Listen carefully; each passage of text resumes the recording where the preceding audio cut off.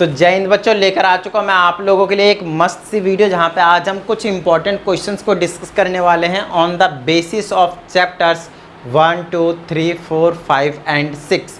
तो chapter number 1 जो है आपके पास, वो चैप्टर का नाम क्या है भाई? तो जीएसटी, राइट। दूसरा चैप्टर है बैंकिंग, तीसरा है शेयर्स एंड डिविडेंड, चौथा आपके पास लीनियर इन इक्वेशन, पांचवा क्वाड्रेटिक इक्वेशन और छठा है प्रॉब्लम्स ऑन क्वाड्रेटिक इक्वेशन। तो ये 6 चैप्टर ऐसे हैं जहां जिनके क्वेश्चंस बेसिकली हम यहाँ पे कुछ क्वेश्चंस को डिस्कस करने वाले हैं। आपकी बहुत अच्छे से प्रैक्टिस हो जाएगी। तो चलिए स्टार्ट करते हैं, राइट। ओके, तो सबसे पहला क्वेश्चन आपको यहाँ पे दिख रहा होगा, इसमें लिखा हुआ है और ये जो क्वेश्चन आपके पास बैंकिंग से है, जीएसटी से नहीं, किससे है? बैंकिंग से। तो ध्यान से समझिएगा, बैंकिंग का जब भी क्वेश्चन आए तो आपके दिमाग में क्या चलनी चाहिए पता है? सिर्फ 2 फॉर्मूले। यस, सिर्फ और सिर्फ 2 फॉर्मूले। जब मैं आपको चैप्टर करवा रहा था तब भी आपको मैंने यही बताया था, सिर्फ 2 फॉर्मूले। पहला इंटरेस्ट का, जो कि सिंपल इंटरेस्ट था, तो वो था P मल्टीप्लाई में n ब्रैकेट में n+1 डिवाइडेड बाय में 2 और मल्टीप्लाई में 1/12 मल्टीप्लाई में रेड बाय में 100। एक तो ये फॉर्मूला था। दूसरा था मैच्योरिटी वैल्यू का, एमवी मतलब मैच्योरिटी वैल्यू। मार्केट वैल्यू भी होता है ये शेयर एंड डिविडेंड्स में, बट यहाँ पे क्या है? Maturity value. P multiply N होता था कितने महीने के लिए, एन होता था नंबर ऑफ मंथ्स, पी होता था प्रिंसिपल और प्लस में होता था जो सिंपल इंटरेस्ट निकल कर आता था। सिंपल आई लिख लो इंटरेस्ट या फिर सिंपल इंटरेस्ट लिख लो, आपकी मर्जी है, ठीक है ना। तो ध्यान रखिएगा, दिमाग में तुरंत दौड़ जाना चाहिए ये दोनों ही फॉर्मूले। अगर आपके दिमाग में ये दोनों फॉर्मूले तुरंत दौड़ रहे हैं तो समझ लीजिए आपका दिमाग सही काम कर रहा है, ठीक है। अच्छा, अभी इन दोनों में क्या क्या आपके पास वेरिएबल्स हैं, किसकी किसकी वैल्यू आपसे पूछा जा सकता है, क्या क्या क्वेश्चन बन सकते हैं? तो पहला आपके पास इंटरेस्ट है, एक क्वेश्चन बना। दूसरा प्रिंसिपल है, दूसरा क्वेश्चन बना। तीसरा नंबर ऑफ मंथ्स है बेसिकली, तीसरा क्वेश्चन बना, ठीक है। चौथा रेट ऑफ इंटरेस्ट है, चौथा क्वेश्चन बना। और पांचवा आपके पास मैच्योरिटी वैल्यू है। इसका मतलब ये है कि आपको सिर्फ और सिर्फ 5 तरह के क्वेश्चन करने, 5 क्वेश्चन नहीं, 5 तरह के, 5 types of question you have to do, ठीक है। तो 5 तरह के जैसे आप क्वेश्चन कर लेंगे, लेट्स से इनके बेस पे 2 क्वेश्चन करा, 2 क्वेश्चन करा, 2 क्वेश्चन करा, 2 क्वेश्चन करा, 2 क्वेश्चन करा।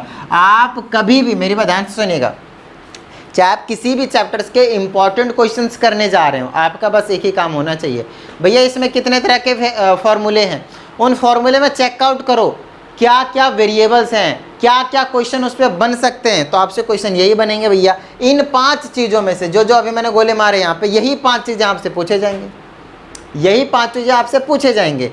तो बस उन 5 चीज़ को कैसे निकाला जाता है, लाइक मैं पहला क्वेश्चन ऐसे कर लूँगा जिसमें मुझे सिर्फ और सिर्फ सिंपल इंटरेस्ट कैलकुलेट करना है, सिर्फ और सिर्फ क्या करना है? सिंपल इंटरेस्ट कैलकुलेट करना है, ठीक है। इतने बार दूसरा मैं 2 क्वेश्चन ऐसे प्रैक्टिस करूँगा जिसमें मुझे क्या निकालना है? प्रिंसिपल निकालना है, जो पर मंथ का प्रिंसिपल जाता है वो।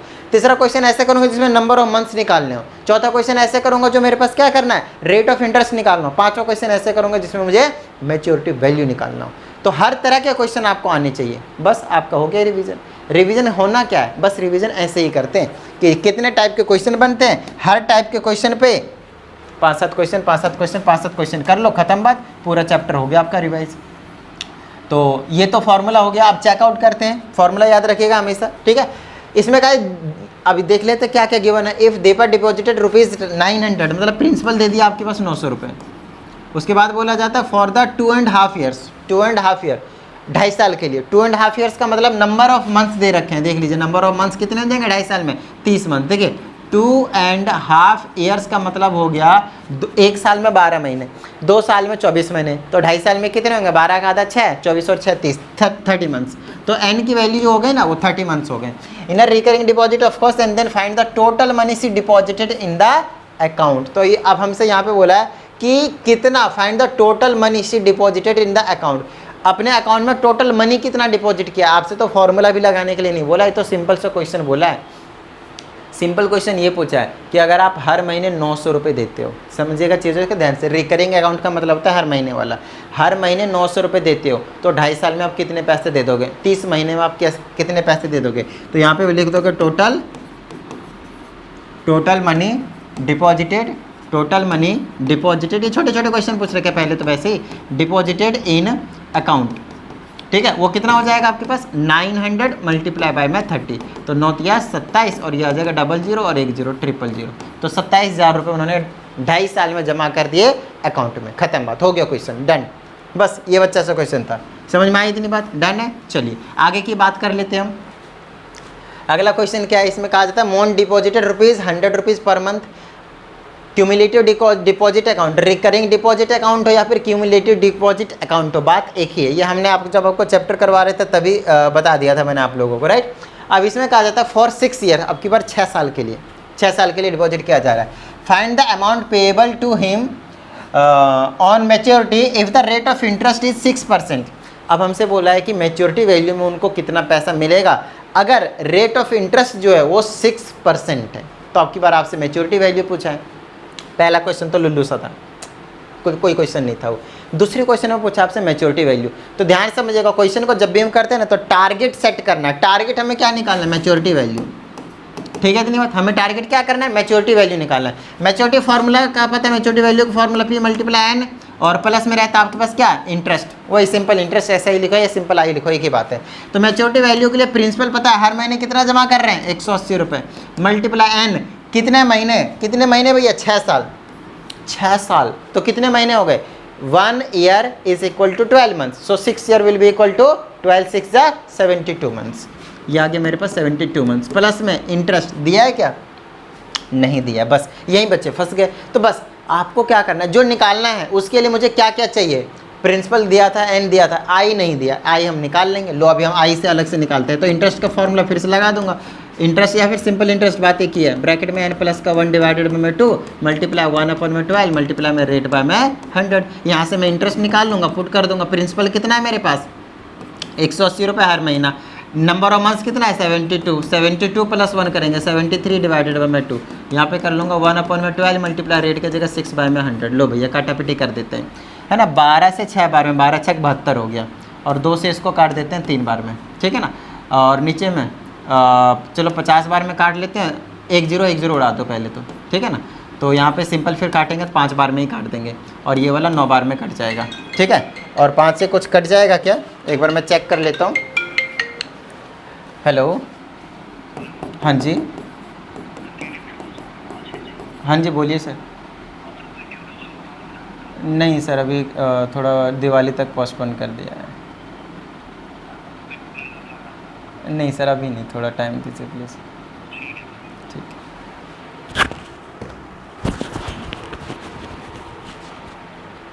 ओके, तो यहाँ पे आगे की बात करते हैं। Sorry for disturbance. तो 9 6 आ गया, 73 बच गया, ऊपर मेरे पास 3 बच गया, और डिवाइडेड बाय में क्या आ जाएगा आपके पास? 5। तो आ गया मेरे पास इंटरेस्ट। मेरी बात ध्यान से सुनिएगा, कैलकुलेशन में हो सकता है मैंने थोड़ी बहुत गड़बड़ी कर दी बात करते टाइम, आपको ज़्यादा टेंशन नहीं लेना। अच्छे से इसकी कैलकुलेशन कर लेनी। जो इंटरेस्ट आएगा उसको यहाँ पर रख के ऐड कर, इसको मल्टीप्लाई करके ऐड कर दीजिए, आपका जो टोटल मैच्योरिटी वैल्यू होगा वो आ जाएगा, ठीक है। इतनी बात, नॉर्मल सा क्वेश्चन था। चलिए, इसी टाइप से क्वेश्चन पूछे जाएंगे आपसे, बिल्कुल direct on based on formula, कुछ नहीं करना आपको, बच्चा सा क्वेश्चन। आओ भाई थर्ड क्वेश्चन पे आते हैं। Gopal has recurring deposit account 900 rupees per month, मतलब पी की वैल्यू दे दिया ना, पी की वैल्यू 900 रुपये, ठीक है। आगे कहा जाता है फॉर अ पीरियड ऑफ 4 साल के लिए, मतलब एन की वैल्यू हमेशा मंथ्स लिया करो, हमेशा क्या करो? मंथ्स लिया करो, ठीक है ना, हमेशा मंथ्स लिया करो। तो 12 चौक 48, 4 ईयर्स का मतलब 48 मंथ्स।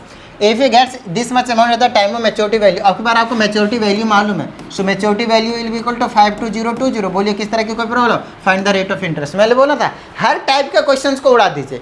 एक बार मैच्योरिटी वैल्यू निकाल लेंगे, एक बार इंटरेस्ट निकाल लेंगे। इंटरेस्ट तो निकालना आ गया डायरेक्टली, जैसे अभी सिखाया यहाँ पे। मैच्योरिटी वैल्यू भी निकालने के लिए सिखा दिया कि कैसे निकल रहा है। अब रेट ऑफ इंटरेस्ट निकाल रहे हैं, तो एक बार पी निकालना सिखा देंगे, एक बार एन निकालने के सिखा देंगे, नंबर ऑफ मंथ्स, टाइम निकाल के खत्म बात, ठीक है। तो मैच्योरिटी वैल्यू ये हो गया। अब हमसे आगे क्या बोला? Find the rate of interest. अब आपको बहुत अच्छे से पहले से पता है कि रेट ऑफ इंटरेस्ट कौन से फॉर्मूले में आता है, कौन से फॉर्मूले में आता है रेट ऑफ इंटरेस्ट, बताना जरा। तो रेट ऑफ इंटरेस्ट आता है सिंपल इंटरेस्ट वाले फॉर्मूले में। तो इंटरेस्ट का फॉर्मूला लगाऊंगा तो पी मल्टीप्लाई में एन ब्रैकेट में एन प्लस का 1 बाय में 2 मल्टीप्लाई में 1/12 और मल्टीप्लाई में रेट बाय में 12। आपको बार बार फॉर्मूले लिखने हैं, मैं पागल नहीं कि बार बार लिख कर दिखा रहा हूँ आप लोगों को, समझ में आ रही है बात? ऐसे लिखते जाना, ऐसे लिख देना, रट जाए एकदम, रट्टा नहीं मारना, लेकिन इतनी ज़्यादा प्रैक्टिस कर देनी कि आपको एकदम टिप्स पे आ जाए, ठीक है। इतनी बात। चलिए, क्या हमें इंटरेस्ट मालूम है? बिल्कुल नहीं मालूम। तो इसके लिए मुझे क्या करना पड़ेगा? पहले इंटरेस्ट पता करना पड़ेगा। देखिए मेरी बात ध्यान से सुनिएगा, मैंने क्यों ऐसा कहा कि मेरे को इंटरेस्ट पहले निकालना पड़ेगा। सुनिए मेरी बात ध्यान से, ये दिख रहा है, ये रेट हमें निकालना है। तो ये एक इक्वेशन है जिसमें से मुझे रेट निकालना है, आर की वैल्यू निकालना है। तो 100% है कि आर को छोड़कर बाकी सारी वैल्यूज मुझे पता होने चाहिए। मतलब आई है तो आई पता होना चाहिए, पी है तो पी पता होना चाहिए, एन है तो एन पता होना चाहिए, तभी मैं आर निकाल सकता हूँ इधर उधर टेढ़ा मेढ़ा करके, अदरवाइज नहीं। समझ में आ गई इतनी बात? ठीक है। तो क्या मुझे आई पता है? नहीं पता। तो सबसे पहले आप टारगेट कीजिए कि मैं आई को कैसे निकाल सकता हूँ, टारगेट सेट कीजिए। अब आई कहाँ से लाऊं भैया, आई कहाँ से लाऊं? आई तो ये कि आई तो निकालने का ये एक फॉर्मूला है। गलत बात। क्या मैच्योरिटी वैल्यू में आई नहीं आता? इंटरेस्ट आता है। तो आप ऐसे देखेंगे, maturity value is equal to principal multiply N plus में इंटरेस्ट। देखिए आपके पास मैच्योरिटी वैल्यू गिवन है 52020 इज इक्वल टू प्रिंसिपल की जगह आपके पास 900 रुपये है, मल्टीप्लाई में एन की जगह पे 48 है, और प्लस का क्या आ जाएगा आपके पास? आई आ जाएगा। क्या इतनी सी बात समझ में आ गई? डन है। कर दें सॉल्व इसको। तो इसको मल्टीप्लाई करेंगे तो कितना आ जाएगा? 900 मल्टीप्लाइड बाय 48, तो आ गया 43,200। तो इसको आगे इधर सॉल्व कर देंगे। चलिए इधर सॉल्व कर लेते हैं, ठीक है ना। तो ये आ जाएगा 52020। अच्छा ये आ गया, इसको जब मैंने मल्टीप्लाई करा तो मेरा आ गया 43,200।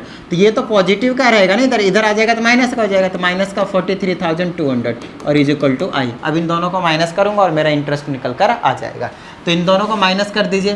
तो यहाँ पे अलग से माइनस कर लेता हूँ मैं, 52020 43,200, ठीक है। गलती ना हो जाए बस। ये आ जाएगा 20, ये आ जाएगा 8, 11 में 3 जाएगा 8, बस 8820 आ गया। तो आई की जगह ये रख लूँगा। प्रिंसिपल मालूम है मेरे पास 900 है, मल्टीप्लाइड बाय में एन भी पता है 48 है, तो ये रख दूंगा 48 मल्टीप्लाई क्या हो जाएगा 49, क्योंकि n+1 है, डिवाइडेड बाय 2 मल्टीप्लाई 1/12 मल्टीप्लाई में रेट हमें निकालना है। अब रेट की जगह रेट ही रखूँगा और अब मैं क्या करूँगा, इनको सॉल्व कर दूँगा।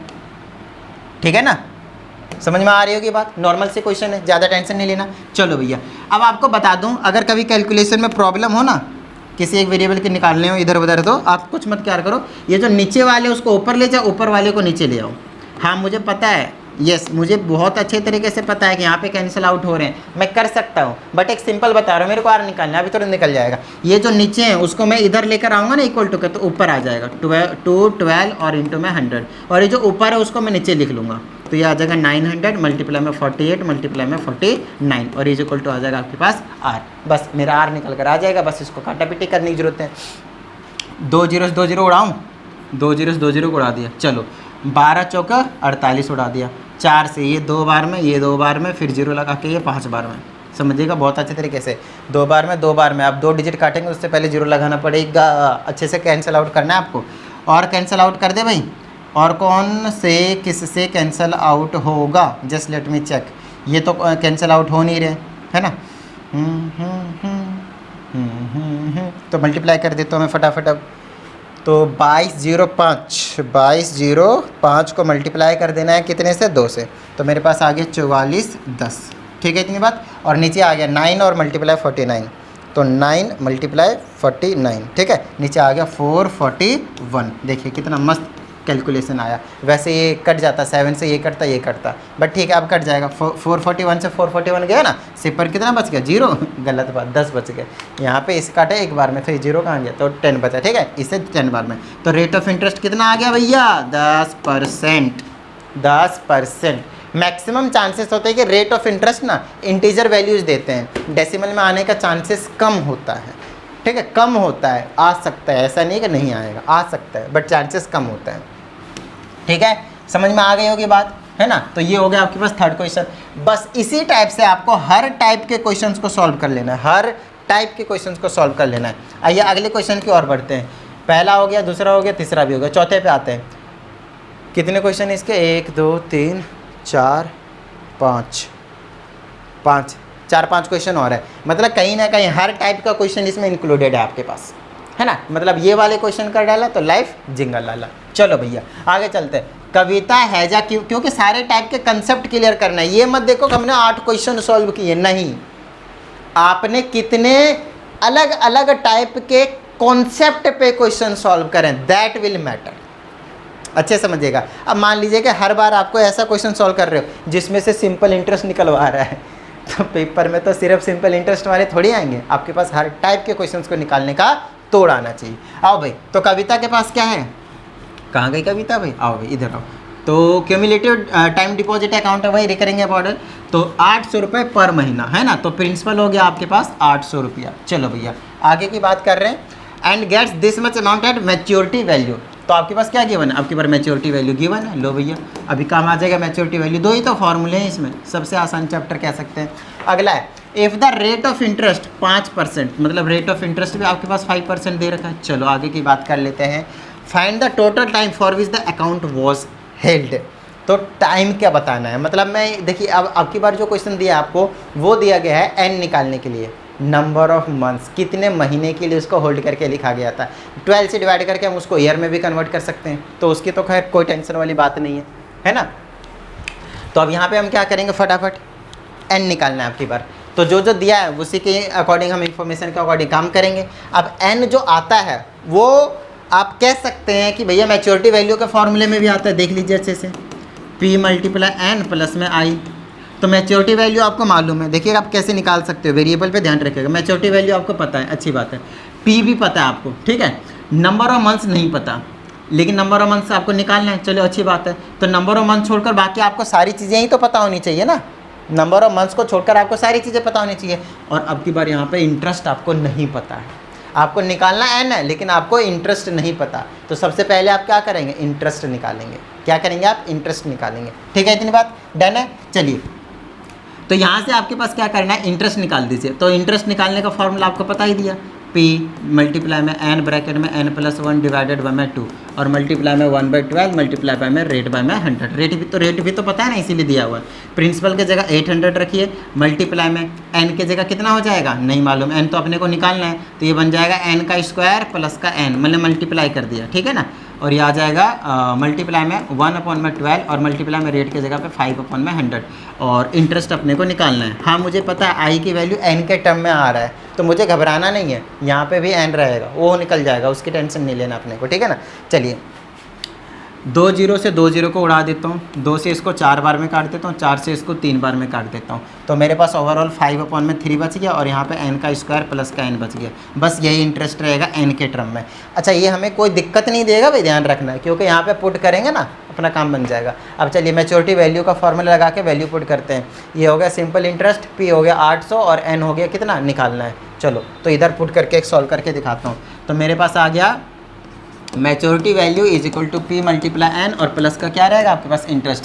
मैच्योरिटी वैल्यू दे रखा है क्या, या आपको फाइंड आउट करना है, फाइंड आउट ही करना था ना इसमें शायद, नहीं टाइम निकालना है। तो मैच्योरिटी वैल्यू गिवन होगा 16,700, तो यहाँ पे मैं पुट कर देता हूँ 16,700, ठीक है, इज इक्वल टू प्रिंसिपल 800 रुपये है मल्टीप्लाई एन ही तो आपको निकालना है, प्लस इंटरेस्ट अभी हमने निकाला 5/3 और ब्रैकेट में n² प्लस का n निकाला। बोलो भाई किस तरह की कोई प्रॉब्लम, बस सिंपल है।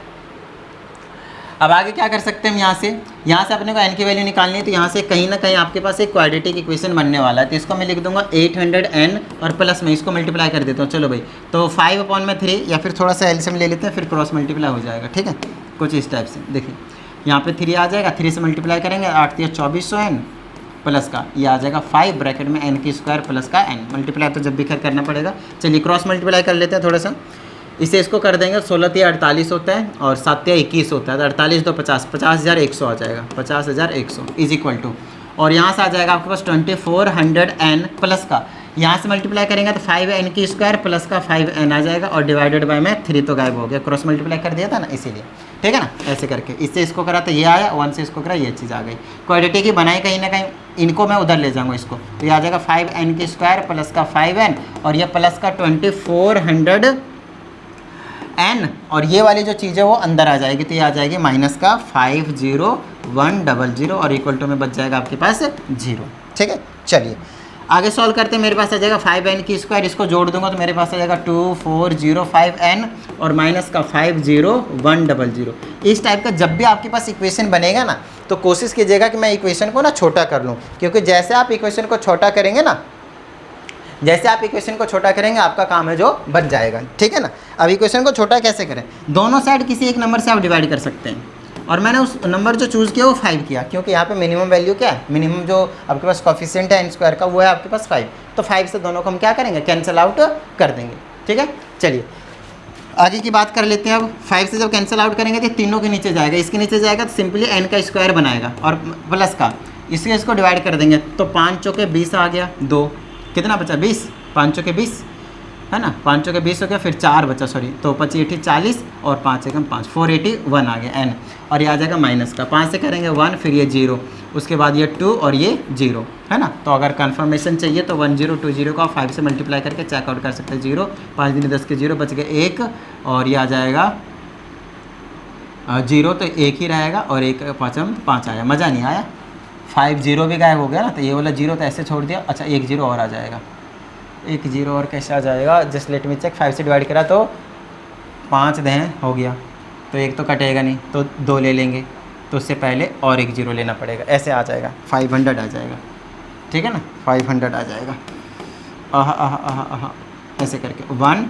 0, देखिए इसको एक बार में काटा, ठीक है, और ये वाला 0 ऐसे छोड़ दिया। अब 2 डिजिट एक साथ काटूंगा तो उससे पहले क्या लेना पड़ता है, 0 लेना। कितने बार में काटा, 2 बार में, और ये वाला 0, और यहाँ आगे क्या आ जाएगा मेरे पास, ऐसे 0 अपॉन समथिंग क्या होता है 0। अब ये जो बना है आपके पास एक क्वाड्रेटिक इक्वेशन बना है। अब इस क्वाड्रेटिक इक्वेशन को हम सॉल्व करके क्या कर देंगे, ये क्वाड्रेटिक इक्वेशन को सॉल्व करके हम फटाफट काम कर लेंगे अपना।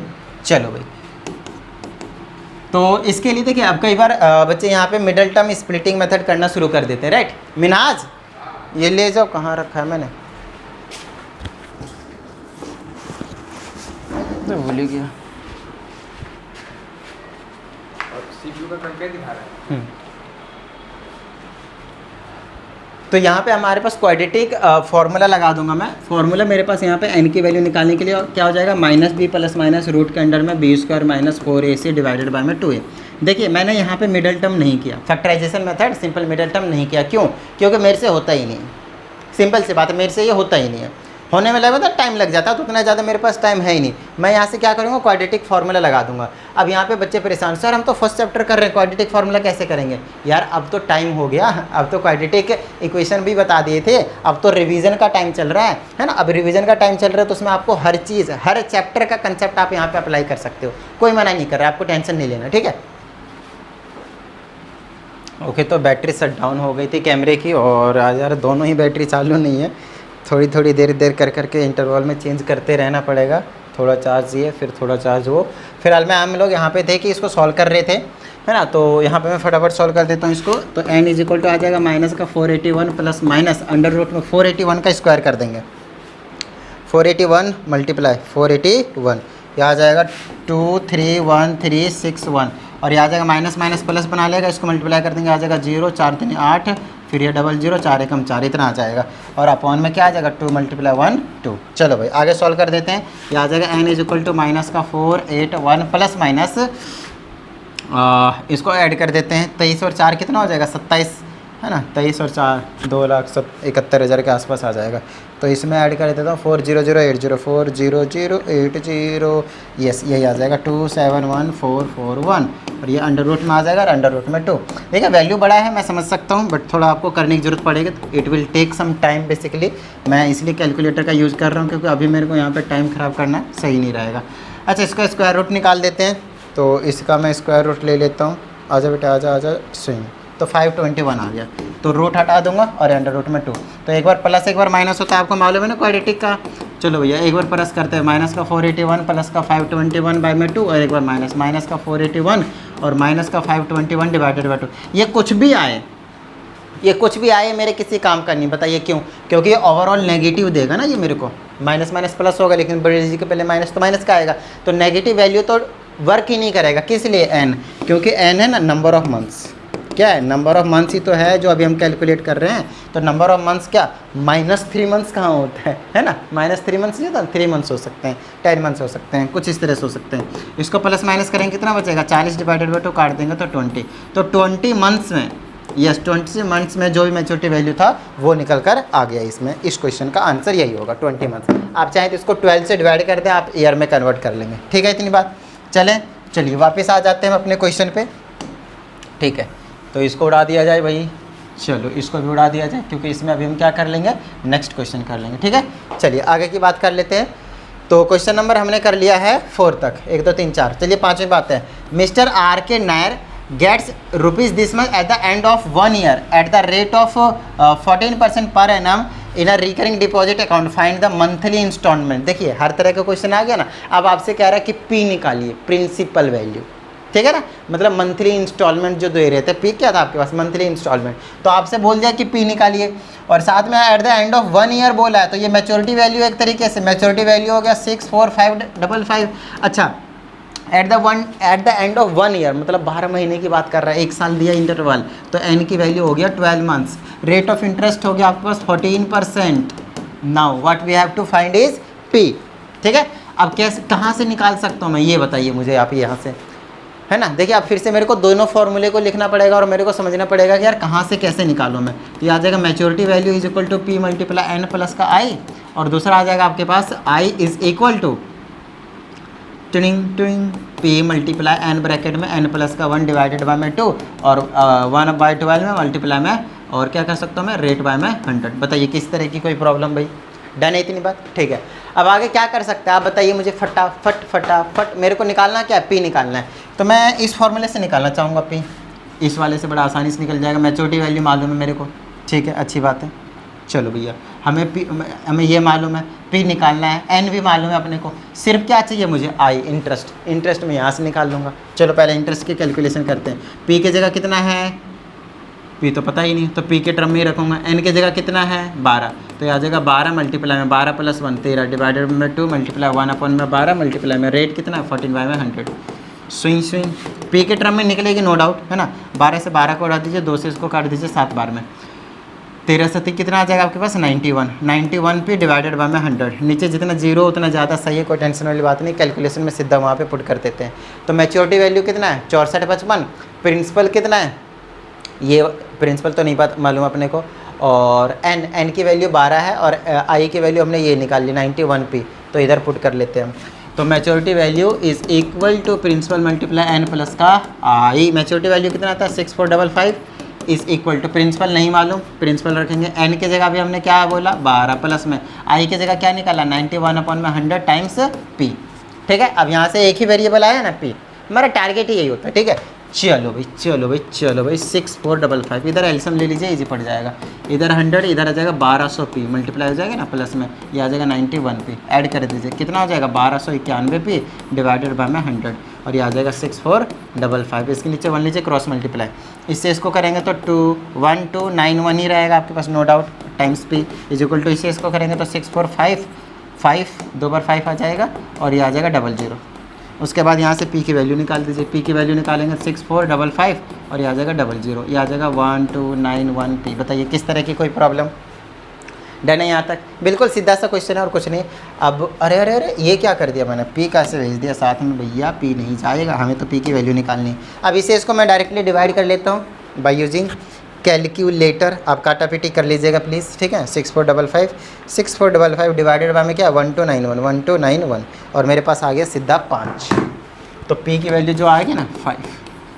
हमसे बोला क्या, मंथली इंस्टॉलमेंट बोला है क्या, है ना। पी की वैल्यू प्रिंसिपल कितना आया 5, तो monthly find the monthly instalment, तो मंथली इंस्टॉलमेंट तो इतना ही था, 5 था ना, मंथली इंस्टॉलमेंट प्रिंसिपल था, वैसे हमने सिर्फ 5 आया, अच्छा मैंने इतना ही को डिवाइड करा था, ये 00 नहीं लिया, तो 00 इसमें आ जाएगा, मैंने 5 रुपये जमा करना, ये क्या बोला देख बनता है भैया, तो इतना सारा पैसा कैसे हो गया मैच्योरिटी वैल्यू में। ठीक है, तो ये कहानी हो गया आपके पास 500 रुपीज़ मंथली इंस्टॉलमेंट उनके द्वारा जमा किए जा रहा है, मिस्टर आर के नायर। चलो भैया आगे चले जाते हैं और दूसरे में देखते हैं क्या कहा जा रहा है। देखिए क्वेश्चन कहीं ना कहीं आपके पास ईजी है, बहुत ईजी, हार्ड नहीं, बहुत ईजी। चलो भैया आगे की बात करते हैं, 5 हो गए। छठा, डेविड आई है, डेविड आ गया भैया, डेविड को मना करो यार, मत आए। डेविड ओपन या recurring deposit account in a bank, deposited ₹30 30 नहीं भैया 300, हर महीना 300। आगे की बात करते हैं, 2 साल के लिए, मतलब एन की वैल्यू 12, क्या 12 गलत बात, 24, देखो अच्छे से देखो, है ना, 2 साल की बात कर रहे हैं। If you received 7725 eight the time of maturity, मतलब मैच्योरिटी वैल्यू दे दिया 7,725 रुपया। ठीक है, आगे की बात करते हैं, find the rate of interest per annum बोला है, अच्छा पर एनम बोला है, अच्छा उधर जो rate of interest per annum ही रहता है आपके पास, जो रेट ऑफ इंटरेस्ट रहता है ना हमेशा क्या रहता है आपके पास, पर एनम ही रहता है। तो चलो यार, रेट ऑफ इंटरेस्ट हम क्या करते हैं, फटाफट निकाल लेते हैं। कहीं ना कहीं ये क्वेश्चन अभी हमने आपको ऊपर कराया है, रेट ऑफ इंटरेस्ट कैसे निकालते हैं वो चीज़ हमने अभी आपको ऊपर कराया है, तो दोबारा से मैं आपको रेट ऑफ इंटरेस्ट नहीं करवाता हूँ। मतलब ये क्वेश्चन मैं किसके लिए छोड़ता हूँ, यस आप लोगों के लिए, ठीक है। इतनी बात। Shalini has a cumulated deposit this much per month, इतना रेट ऑफ इंटरेस्ट दिया, इतना time maturity, find the time for which the account was held. Account was held मतलब सेम क्वेश्चन ये हो गया, टाइम पीरियड आपके बार इस तरह से निकालना है जैसे अभी हमने निकाला। मतलब ये भी क्वेश्चन आपके लिए, कहीं ना कहीं हर टाइप के क्वेश्चन आपको प्रैक्टिस करनी है। अब सेम टाइप के क्वेश्चन मैं ही प्रैक्टिस करवाते रहूँ, क्या फ़ायदा, जब तक आप नहीं करेंगे तब तक मज़ा नहीं आएगा। समझ में आई इतनी बात, ये आपको करना है। नेक्स्ट है ओपन क्यूमुलेटेड इज दिस, इसमें निकालना क्या है, मंथली डिपॉजिट। अभी मंथली डिपॉजिट निकालना सिखा दिया, मंथली इंस्टॉलमेंट वही होता है, और मैच्योरिटी वैल्यू तो सिंपल निकल जाएगा, है ना। मैच्योरिटी वैल्यू आप निकाल देंगे ना इस तरह से, मैच्योरिटी वैल्यू को पी मल्टीप्लाई एन प्लस का इंटरेस्ट यहाँ से निकाल देंगे, ठीक है ना। तो सिंपल सी बात है, इस तरह से आपको कर लेना है। चलिए ये कहानी हो गई अभी तक के जो क्वेश्चन, जो मैं 4-5 क्वेश्चन मैंने कराया और 2-3 क्वेश्चन आप लोगों के लिए छोड़ दिया। अब ये क्वेश्चन आप लोगों को खुद ही करना है, यस जो अभी मैंने छोड़े ना वो क्वेश्चन आपको खुद ही करना है। समझ में आ रही बात, ताकि आप प्रैक्टिस हो जाए आपकी बहुत अच्छे से। भाई करना है तो करना है, छोड़ना नहीं, करना है, ठीक है। ये क्या हो रहा है, ऊपर नीचे कर ही सकता हूँ ना, ठीक है। तो अभी तक क्वेश्चन नंबर समझ के चल सकता हूँ कि क्वेश्चन नंबर 8 तक आपका हो चुका है। अब हम चलते हैं 9 पे, और अब ये क्वेश्चंस आ रहे हैं आपके पास वो हैं जीएसटी के। आपको बता देता हूँ जीएसटी में से किस टाइप के क्वेश्चन आते हैं आपके फाइनल पेपर में। ये जो क्वेश्चन नंबर 11 दिख रहा है, क्वेश्चन नंबर 11 आएगा ही आएगा, ये वाला क्वेश्चन नंबर 11 ये यहाँ पे लिख देता हूँ मैं, पेपर में आएगा ही आएगा, यस आएगा ही आएगा। कहाँ पे, पेपर में। थोड़ी बहुत भैया हिंदी भी पढ़ लिया करो, मुझे पता है हिंदी में लिख रहा हूँ तो मुझे ऑकवर्ड सा फील कर रहे हो, ऐसा नहीं है, हिंदी भी पढ़ लिया करो, ज़रूरी है ना। अब मेरी बात ध्यान से सुनिएगा, ये जो क्वेश्चन है मैं ये नहीं बोलूँगा कि यही क्वेश्चन आएगा, बट इसी टाइप का आएगा, इसकी गारंटी है, पेपर में आएगा बिल्कुल इसी टाइप का क्वेश्चन। तो इस टाइप का क्वेश्चन आपको बिल्कुल अच्छे तरीके से करके रखना पड़ेगा। समझ में आई ना इतनी बात, डन है। चलिए आगे की बात करते हैं। तो भैया हम करेंगे कैसे, तो क्वेश्चन नंबर 8 तक करा दिया है, अब 9 से आगे ऑनवर्ड कंटिन्यू करते हैं। क्वेश्चन आगे पीछे हैं चैप्टर्स के अकॉर्डिंग, बट 1 से लेकर 6 तक हम इस वीडियो में जो क्वेश्चन है वो डिस्कस करेंगे, तो आपको टेंशन लेने की ज़रूरत नहीं है, ठीक है ना। आइए तो आगे की बात करेंगे। तो यहाँ पे क्वेश्चन नंबर 9 में, a dealer X in Meerut UP sold a table for ₹12,000 to a consumer in Agra. If the GST rate is 18%, calculate IGST, CGST and SGST। बहुत आसान है ना, बहुत ज़्यादा आसान। तो चलो यार फटाफट निकाल लेते हैं। तो एक डीलर एक्स है कोई जो कि मेरठ का है, आय हाय लो भैया, मेरठ का कोई डीलर है जो कि यूपी में ही पड़ता है। दूसरा उसने सेल कर दिया किसके पास, आगरा के पास। आगरा में, वो भी क्या है, यूपी में ही है, ये भी यूपी में है, ये भी यूपी में है। जब with in the same state होता है तो उसको बोलते हैं इंट्रा स्टेट सेल या फिर परचेज, इंट्रा स्टेट ट्रेडिंग, कुछ भी कह लीजिए, ठीक है। तो इंट्रा स्टेट कह रहे हैं हम, इंट्रा स्टेट मतलब within the same state, और इंटर स्टेट मतलब किसी भी 2 स्टेट के बीच में। तो सेम स्टेट में, जब सेम स्टेट में होता है तो कभी भी, ध्यान से समझिएगा, जब भी सेम स्टेट में होता है तो कभी भी IGST नहीं लगता है। With in the same state कभी भी IGST नहीं लगता है। तो IGST सबसे पहले उड़ा दीजिए यहाँ पे 0, इसको बना दीजिए इस तरह से गोल गोल करके 0। समझ में आ गई इतनी बात। तो IGST को तो कभी कर दो गायब। अब बच गया CGST और SGST, और जब भी with in the same state होता है तो 2 ही GST लगते हैं, एक CGST और एक SGST। एक होता है central goods and services tax, एक होता है state goods and services tax, CGST and SGST। अब जितना भी रेट ऑफ GST होता है एक्चुअल में, उसका आधा ले जाता है CGST, आधा ले जाता है SGST, और कुछ नहीं। मतलब सेंट्रल गवर्नमेंट और स्टेट गवर्नमेंट आधा आधा ले जाती है। तो CGST 9% होगा, SGST 9% होगा। लेकिन 9% किसका, हमेशा प्रॉफिट का होता है, हमेशा प्रॉफिट में लगाया जाता है क्या, GST, ठीक है। अब देखते हैं यहाँ पे, अब ऐसा नहीं है कि आपने भैया 100 रुपये का कोई सामान लेकर आए, ठीक है, और आपने उसको 100 रुपये में ही बेच दिया, 100 रुपये में ही आपने उसको सेल कर दिया, तो आपके ऊपर किसी भी तरह की GST जो है वो नहीं लगाई जाएगी, ठीक है। लेकिन अगर आपने 100 रुपये का सामान खरीदा और 150 में बेच दिया, तो जो 50 रुपये आपने कमाए उसमें गवर्नमेंट आपसे टैक्स लेगी। रेट ऑफ इंटरेस्ट कुछ ना कुछ फिक्स होगा, 12, 15, 18, 28 इस तरह के फिक्स होते हैं, ठीक है। इतनी बात। चलिए आगे की बात करते हैं। एक मैंने आपको एक एग्जाम्पल दे दिया, ठीक है। इसमें कहा जाता है कितने का बोला है? 12,000 to a consumer in Agra. तो ये डीलर एक्स है जिसने सोल्ड कर दिया टेबल को 12,000 to a consumer in Agra. If the rate of GST is 18%, तो इसने कितने का भेज रखा है? 12,000 का, ठीक है ना, 12,000 का बेचा हुआ है। अब हमसे बोला जाता है IGST ऑफकोर्स जीरो रहेगा, रेट ऑफ जो GST है वो ऑफकोर्स 18% है। CGST एंड SGST आपको कैलकुलेट करना है। तो देखिए CGST और SGST अब की बार ये ना पूरा का पूरा स्टार्टिंग वाला पोर्शन है, मतलब 12,000 का अगर सेल किया किसी ने मैन्युफैक्चर करके तो 100% उसमें क्या लग जाएगा आपके पास। अब देखिए यहाँ पे कोई प्रॉफिट वाली बात नहीं कही गई है। अब ऐसा इन्होंने बिल्कुल नहीं बताया कि हमने कुछ सामान खरीदा फिर अपना मार्जिन रख के 2-4 हज़ार एक्स्ट्रा करके फिर हमने बेच दिया तो 2-4 हज़ार रुपये GST लगता। लेकिन अब की बार क्या बोला है कि सीधा इसने बेचा है कितने का? 12,000 का। तो सीधा 12,000 पे GST लगेगी, क्योंकि उससे पहले वाली जो चीज़ें होंगी ना, ये सारा का सारा वो बिल्कुल इनिशियल वाला केस है। ये जो केस है वो बिल्कुल इनिशियल वाला है। सीधा 12,000 पे 12,000 पे क्या लग जाएगा? 9% of 12,000 CGST and 9% of 12,000 SGST। अब आपको तो ये तो कैलकुलेट करना आता है, वैसे भी आपको ऐसा एक कैलकुलेट कीजिएगा, दोनों का सेम ही रहेगा।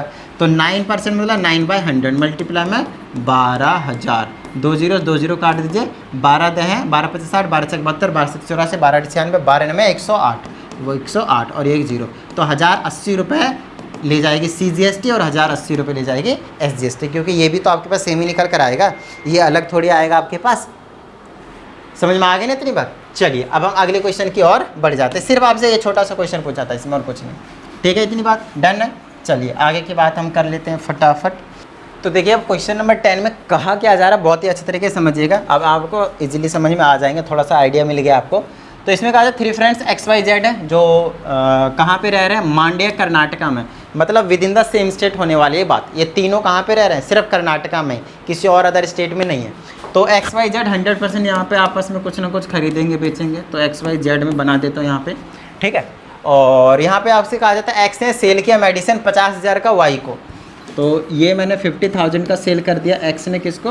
Y को 50,000 का, ठीक है। दूसरा Y ने सेल कर दिया 6,000 के प्रॉफिट में Z को, तो 6,000 का प्रॉफिट, देखिए प्रॉफिट 6,000 है, इसका मतलब ये नहीं कि 6,000 का सेल किया। कितने का सेल किया? अरे 60,000 कर दिया क्या? 1 2 3 6,000 का प्रॉफिट है, तो 100% इसको जो सेल किया होगा Z ने कितने का लिया होगा? 56,000 का। समझ में आए? 50,000 का इसने खरीदा और 56,000 का इसको सेल किया होगा, तभी तो 6,000 का प्रॉफिट मिला होगा। सिंपल सी बात है ना। चलिए आगे की बात करते हैं।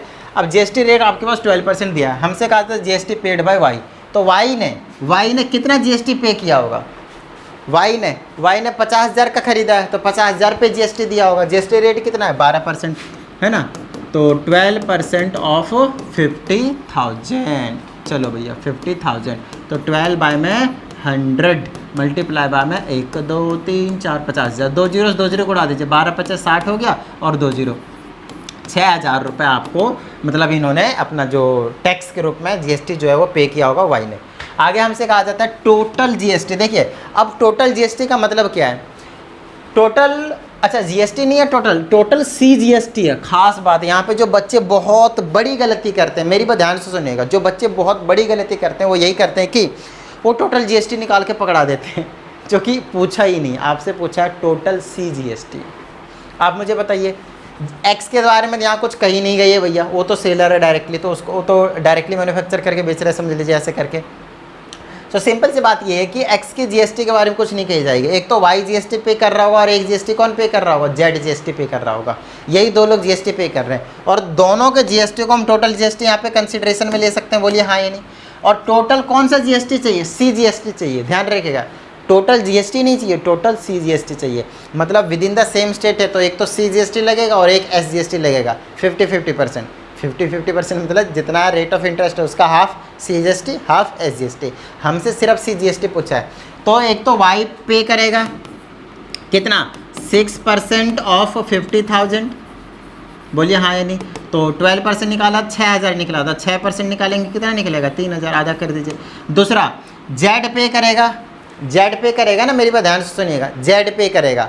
अब Z जो पे करेगा वो कितने पे करेगा? वैसे तो ये 56,000 पे करेगा, जेड ना 56,000 पे ही पे करेगा। इसका मतलब ये नहीं कि 56,000 का 6% निकाल के इसमें जोड़ दो, नहीं, मेरी बात ध्यान सुनिएगा। 56,000 पे जेड पे करेगा, बट ऑलरेडी ये 50,000 पे कर चुका है गवर्नमेंट को। समझ में आ रही नहीं इतनी बात। तो ओवरऑल अगर देखा जाए, अगर आप कुछ नहीं करना चाह रहे ना, तो सीधा आप 56,000 का 6% निकाल दीजिए, आपका टोटल CGST निकल कर आ जाएगा। 12% निकालेंगे तो टोटल GST निकल कर आ जाएगा।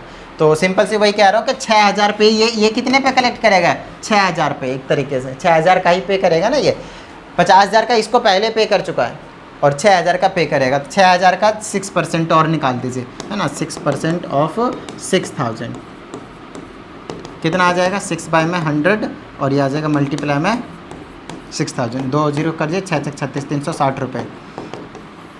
या फिर आप ये भी कर सकते थे, 56,000 का जो लास्ट अमाउंट है उसमें आप सीधा 6% का निकालिए, 6% ऑफ 56,000, बात एक ही आएगी। अब इन दोनों को जोड़ लीजिए, 3,360 रुपये टोटल GST देना पड़ेगा, CGST। अगर टोटल GST पूछता तो हम इसको डबल कर देते, ध्यान रखेगा। अगर टोटल GST पूछता तो हम इसको डबल कर देते, अभी डबल नहीं कर सकते, ठीक है ना। इतनी बात डन है। तो ये बस समझ में आ गई होगी। दूसरा, the amount paid by the Z for the medicine. तो जेड ने कितना अमाउंट पे किया होगा? 56,000 तो पे किया ही होगा, साथ में 12% GST पे किया होगा। कितना? 12%। CGST नहीं बोला आपके पास, टोटल GST इसका। तो जेड का टोटल GST कितना पे करा होगा? 56,000 और प्लस में विजिबिलिटी है ना, हाँ दिख ही रहा हूँ, 56,000 प्लस में 12% ऑफ कितना आ जाएगा आपके पास?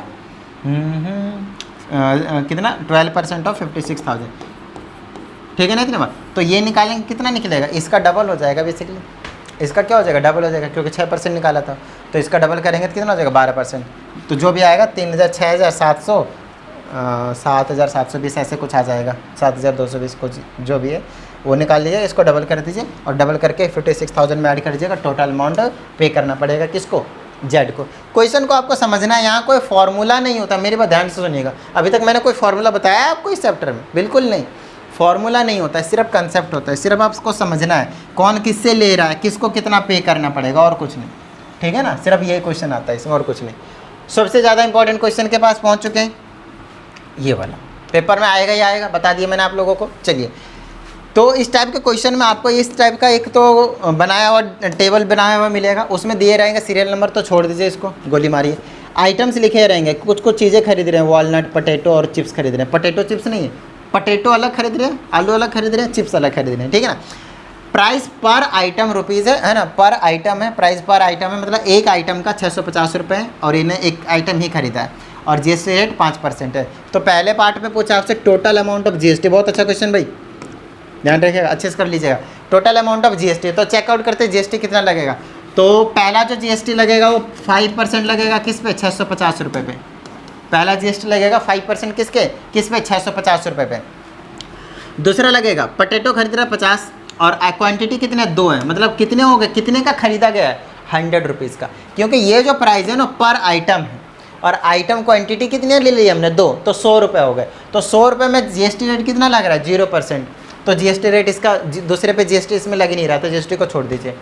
तीसरा 80 रुपये, 2 80 कितना हो गया? 160, तो 160 पे 18% लगेगा, तो दूसरा GST लग रहा है 18% ऑफ 160, ठीक है। अब इन दोनों को सॉल्व कर दीजिए और जोड़ दीजिए, तो 5/100 मल्टीप्लाई में 650 और प्लस में आ जाएगा 18/100 मल्टीप्लाई बाय में 160। सॉल्व करेंगे, 0 0 कैंसिल आ जाएगा, 5 से 2 बार में, 5 से 13 बार में, और 13 5 65, 65 बटे में 2 लिख दीजिए। चलिए, प्लस में 1 0 से 1 0 कट गया, 2 से 5 बार में, 2 से 8 बार में, है ना। बस यही है। 18 5 90, 18 6 78, 126, 18 8 144, तो 144 डिवाइडेड बाय 5। एलसीएम लेकर जोड़ दीजिए, ये तो आपको आता ही होगा, है ना। जोड़ते ही आपके पास क्या निकल कर आ जाएगा? GST rate, sorry total GST कितना पे करना पड़ेगा, वो टोटल GST आ जाएगा। Total amount of GST paid, सिर्फ GST की बात कर रहा हूँ मैं, ध्यान रखेगा। तो ये अभी हमने क्या निकाल दिया? GST निकाल दिया।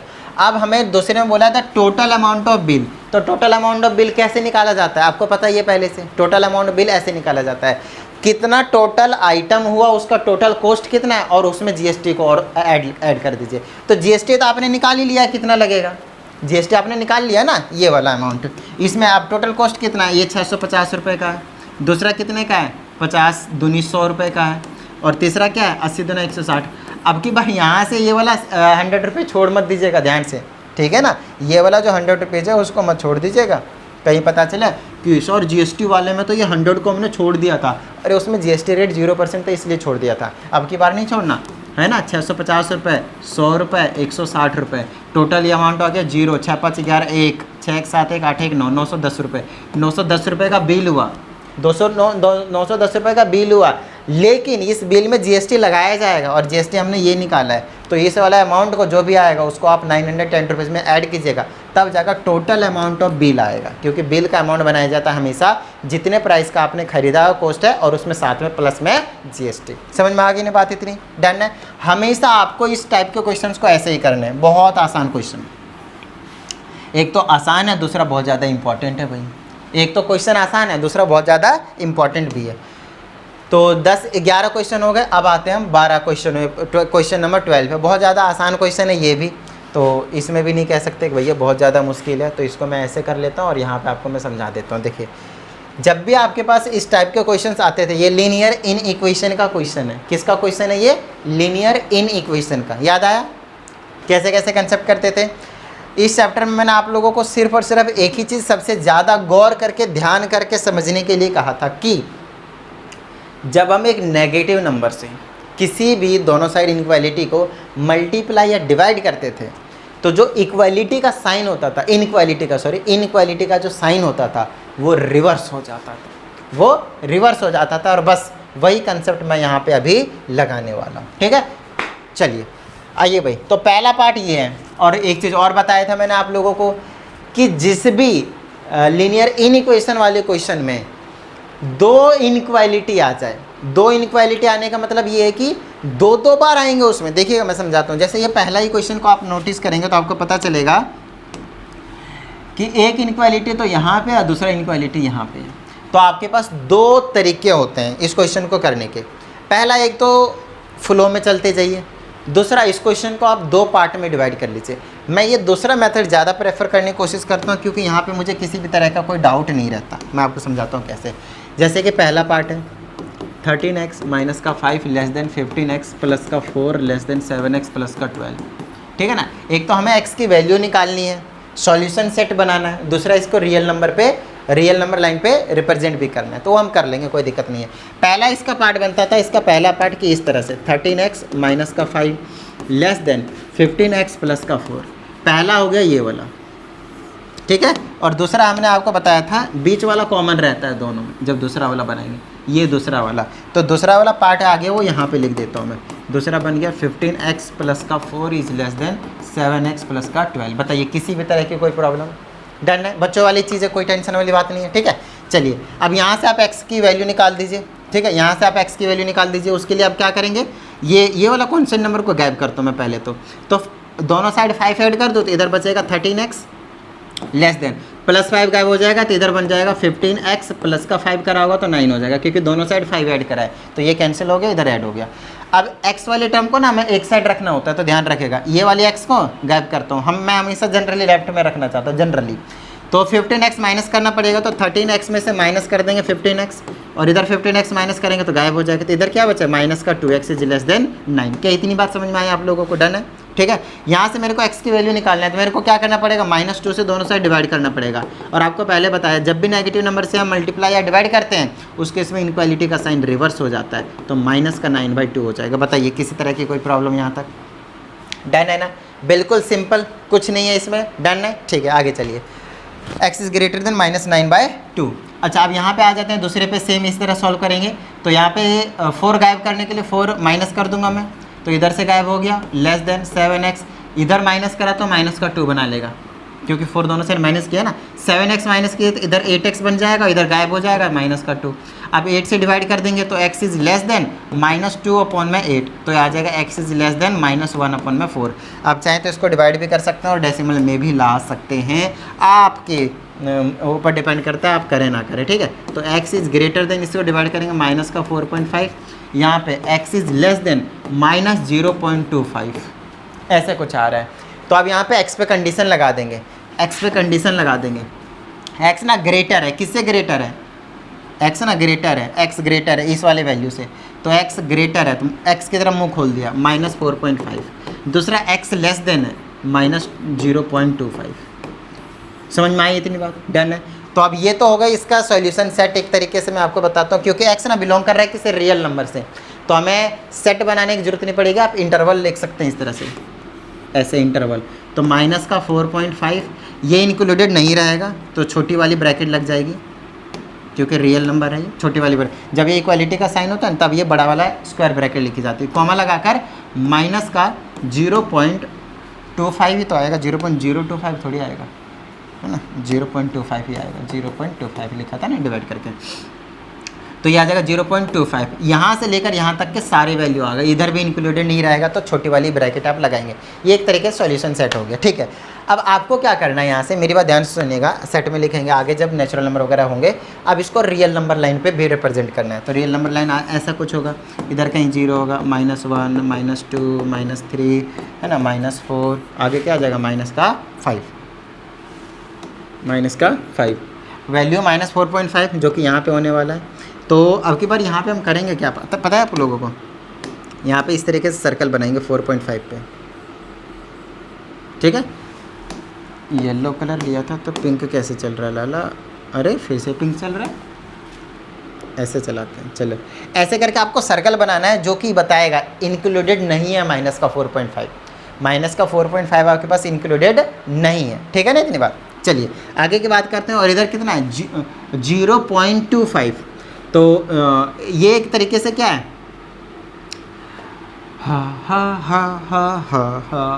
अब मेरे को बस ये देखना है कि ये जो वैल्यू है क्या एक से बड़ी है।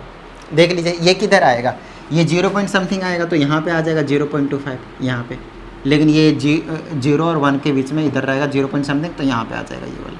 और ये भी इंक्लूडेड नहीं है, आपको मालूम है ना, ये वाला भी इंक्लूडेड नहीं है, तो यहाँ पे भी ऐसे रखेंगे और इन दोनों, इन सबको क्या करेंगे, ऐसे करके डार्क कर देंगे। बस हो गया, नंबर लाइन पे रिप्रेजेंट हो गया। बस ऐसे ही काम करना है आपको हर एक क्वेश्चन में। अब चेकआउट कर लेते कौन सा ऐसा क्वेश्चन है जो आपसे नहीं होगा, ठीक है ना, क्योंकि पहला ही क्वेश्चन आपको करवा दिया है। हो सकता है आपको इसको सॉल्व करने में आए। इस टाइप के क्वेश्चन मैंने एक नहीं आपको बहुत सारे करवा रखे हैं, तो ज़्यादा टेंशन लेने की ज़रूरत तो बिल्कुल है ही नहीं, है ना। इस टाइप के क्वेश्चन मैंने आपको बहुत सारे करवा रखे हैं, बहुत सारे, पूरे एक्सरसाइज ही करा दिए वो तो मैंने। तो इस टाइप के क्वेश्चन करवाने में कोई दिक्कत नहीं आएगी। मेन क्वेश्चन आपको एक ये मैंने करा दिया, इसको मिक्स फ्रैक्शन में तोड़ देंगे, मालूम है कैसे तोड़ेंगे, इससे इसको मल्टीप्लाई फिर इसमें प्लस कर दीजिएगा, मल्टीप्लाई फिर प्लस कर दीजिएगा, ठीक है ना, इतनी बात। चलिए तो इसको तोड़ लीजिएगा, उसके बाद सॉल्व कर लीजिएगा, एक्स वाई जेड की वैल्यू निकाल दीजिएगा, और उसके बाद हम ऐड कर लेते हैं और भी कुछ क्वेश्चंस, और आप लोगों को दिखा देता हूँ कि आगे और क्या क्या क्वेश्चंस आपको देखने को मिलेंगे। जब बेटा आजा, बेटा आजा आजा आजा, ये आ गया मेरे पास ये वाला क्वेश्चन।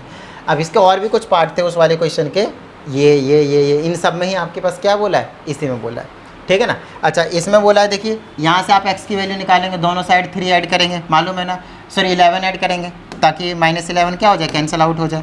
तो जैसे मैं 11 ऐड करूँगा, इधर 3x बचेगा, इधर कितना बच जाएगा, 14 बच जाएगा।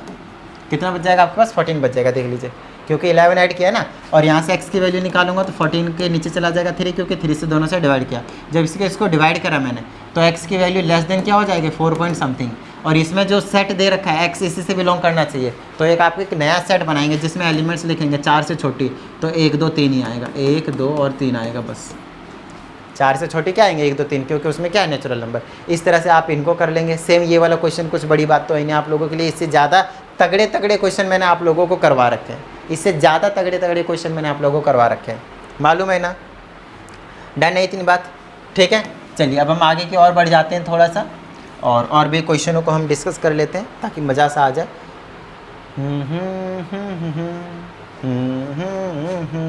इस वाले में ABCDEFGH तक तो कोई प्रॉब्लम नहीं होगा। 13 और 14 को मैं आपको समझाता हूँ थोड़ा सा, ताकि आप लोगों को थोड़ा सा समझ में आए कि हाँ भाई इस टाइप के भी जो क्वेश्चन है वो पूछे जा सकते हैं इसमें से।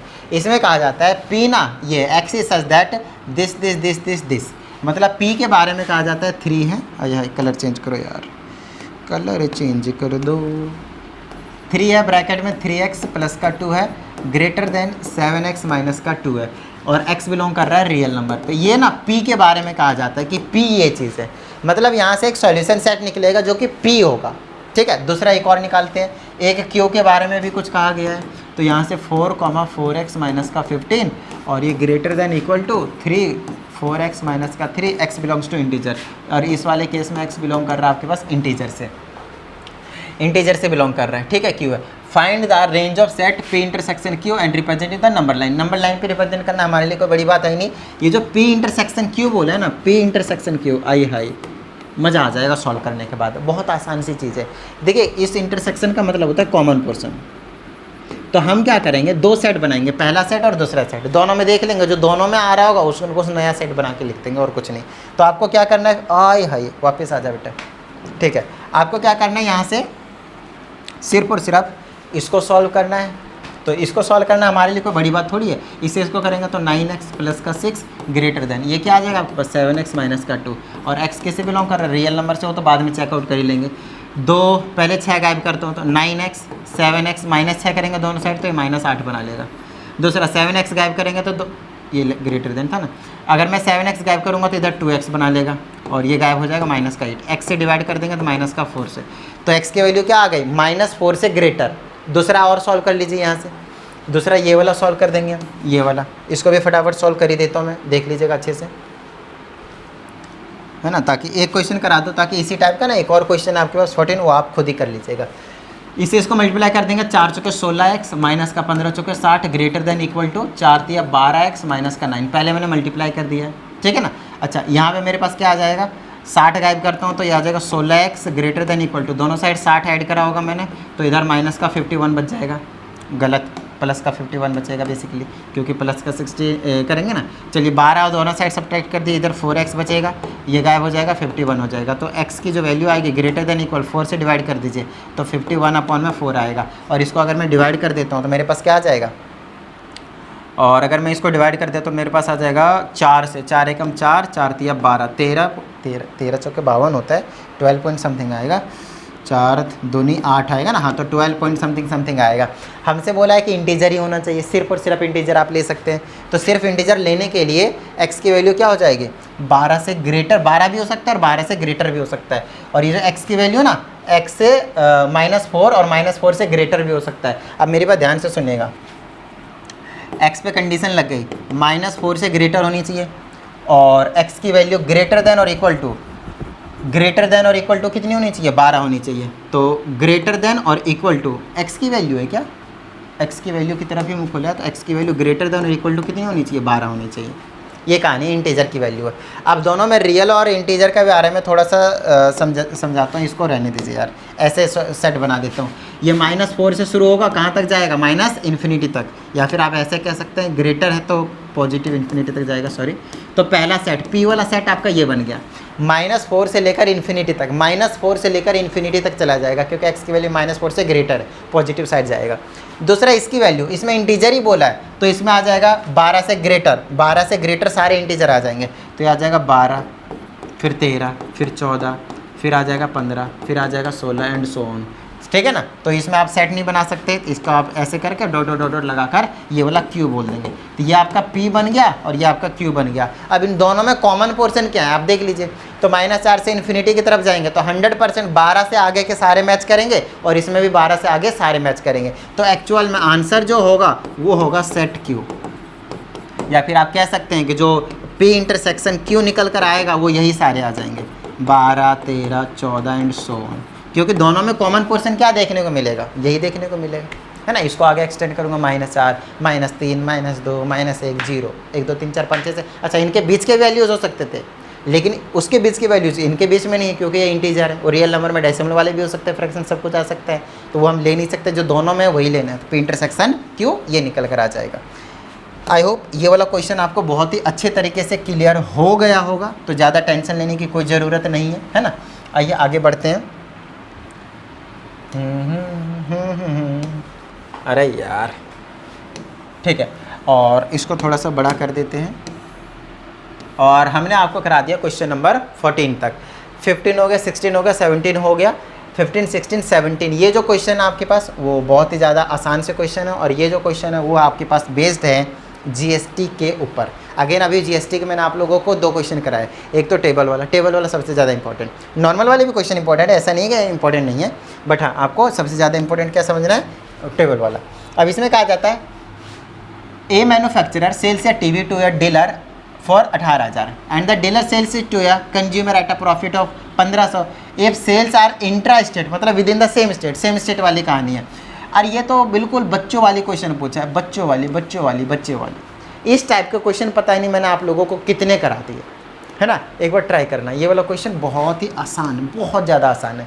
दूसरा कविता, अच्छा ये वाला वापस आपके पास एक बैंकिंग का क्वेश्चन है, ठीक है, बैंकिंग का क्वेश्चन है ये वाला। तो ये वाला तभी मैंने कई क्वेश्चन करा दिए, ये भी आपको खुद ही करने हैं। शॉपकीपर की बात करते हैं, ये shopkeeper buys an article whose printed price is 4,000 wholesaler discount और 20% सेल्स टू कंज्यूमर दिस। इस टाइप के क्वेश्चन भी आपको मैंने कई करा रखे हैं, और ये सारी के सारी चीज़ें इस टाइप के क्वेश्चन मैंने आपको बहुत कराए यार, बहुत कराए पूरे जीएसटी के चैप्टर में। देखिए मैं आपको बताता हूँ, ये क्वेश्चन अगर आपसे नहीं होता है तो एक बार आप सॉल्व एग्जाम्पल देख लीजिएगा जीएसटी के, बहुत अच्छे तरीके से आ जाएंगे, ठीक है ना। इनकी प्रैक्टिस जरूर करनी है आपको, करके जरूर देखना है, हो जाएगा, बहुत आसान से क्वेश्चन है। अब हम आते हैं उन क्वेश्चनों पे जो क्वेश्चन है आपके पास वो आगे के उसके ऊपर बेस्ड है। बोले तो इसमें क्वाड्रेटिक इक्वेशन और बोल सकते हैं प्रॉब्लम्स ऑन क्वाड्रेटिक इक्वेशन, क्योंकि अभी तक अच्छा शेयर एंड डिविडेंड्स बचा है। शेयर एंड डिविडेंड्स मैं आपको लास्ट में दे दूंगा, सारे क्वेश्चन इस वाले में नहीं है आपके पास शेयर एंड डिविडेंड्स के। तो अभी हम जो डिस्कस करने जा रहे हैं वो डिस्कस करने जा रहे हैं कौन सा question, problems on quadratic equation कह सकते हैं या फिर क्वाड्रेटिक इक्वेशन के ही क्वेश्चन कह सकते हैं, ठीक है ना। इतनी बात तो दोनों के मिक्सअप क्वेश्चन रहेंगे आगे, यहाँ 18 से लेकर आगे तक, ठीक है। चलिए ठीक है, तो अब हम आ जाते हैं आगे के कुछ क्वेश्चंस को डिस्कस करने के लिए। बहुत ही अच्छे तरीके से समझिएगा, कहीं ना कहीं इन क्वेश्चनों को, बड़े इंपॉर्टेंट क्वेश्चंस होते हैं ये, ठीक है ना। तो मैं यहाँ पे पढ़ देता हूँ, अच्छे से समझ लीजिएगा। यहाँ पे ऐसे करके लेते हैं ताकि हमें स्पेस भी मिल जाए, ठीक है ना। देखो क्वेश्चन का आ जाता है the speed of boat in still water is 11 kilometre per our. देखिए स्टिल वाटर मतलब होता है ठहरा हुआ पानी, ठीक है, शांत है। जैसे नॉर्मल सा एक कहीं पे ऐसा गड्ढा मान लीजिए, बहुत बड़ा जगह है, हाउस बनाया गया है, पानी बिल्कुल स्टेबल है, कोई दिक्कत नहीं, मूवमेंट नहीं हो रही है, फ्लो नहीं हो रहा है, बेसिकली सिंपल सी बात है, एक जगह स्टेबल है। उसमें अगर मैं एक बोट ही बोला है ना, बोट ही बोला है, तो बोट को अगर मैं चलाता हूँ तो बोट की जो स्पीड है ना 11 किलोमीटर पर आवर है। कॉन्सेप्ट को समझने की कोशिश कीजिएगा, इस टाइप के क्वेश्चन में बच्चे को बड़ी ज़्यादा प्रॉब्लम होती है, और एक एज वाले क्वेश्चन में, ठीक है ना। आइए मैं समझाता हूँ। तो स्पीड ऑफ बोट जो है स्टिल वाटर में 11 किलोमीटर पर आवर है। कितना है आपके पास, 11 किलोमीटर पर आवर है, ठीक है। तो यहाँ पे मैं लिख देता हूँ speed of boat is equal to 11 kilometre per hour. अच्छा किस में, तो इन स्टिल वाटर, ध्यान रखना है, जो शांत पानी है, ठहरा हुआ पानी, वो है।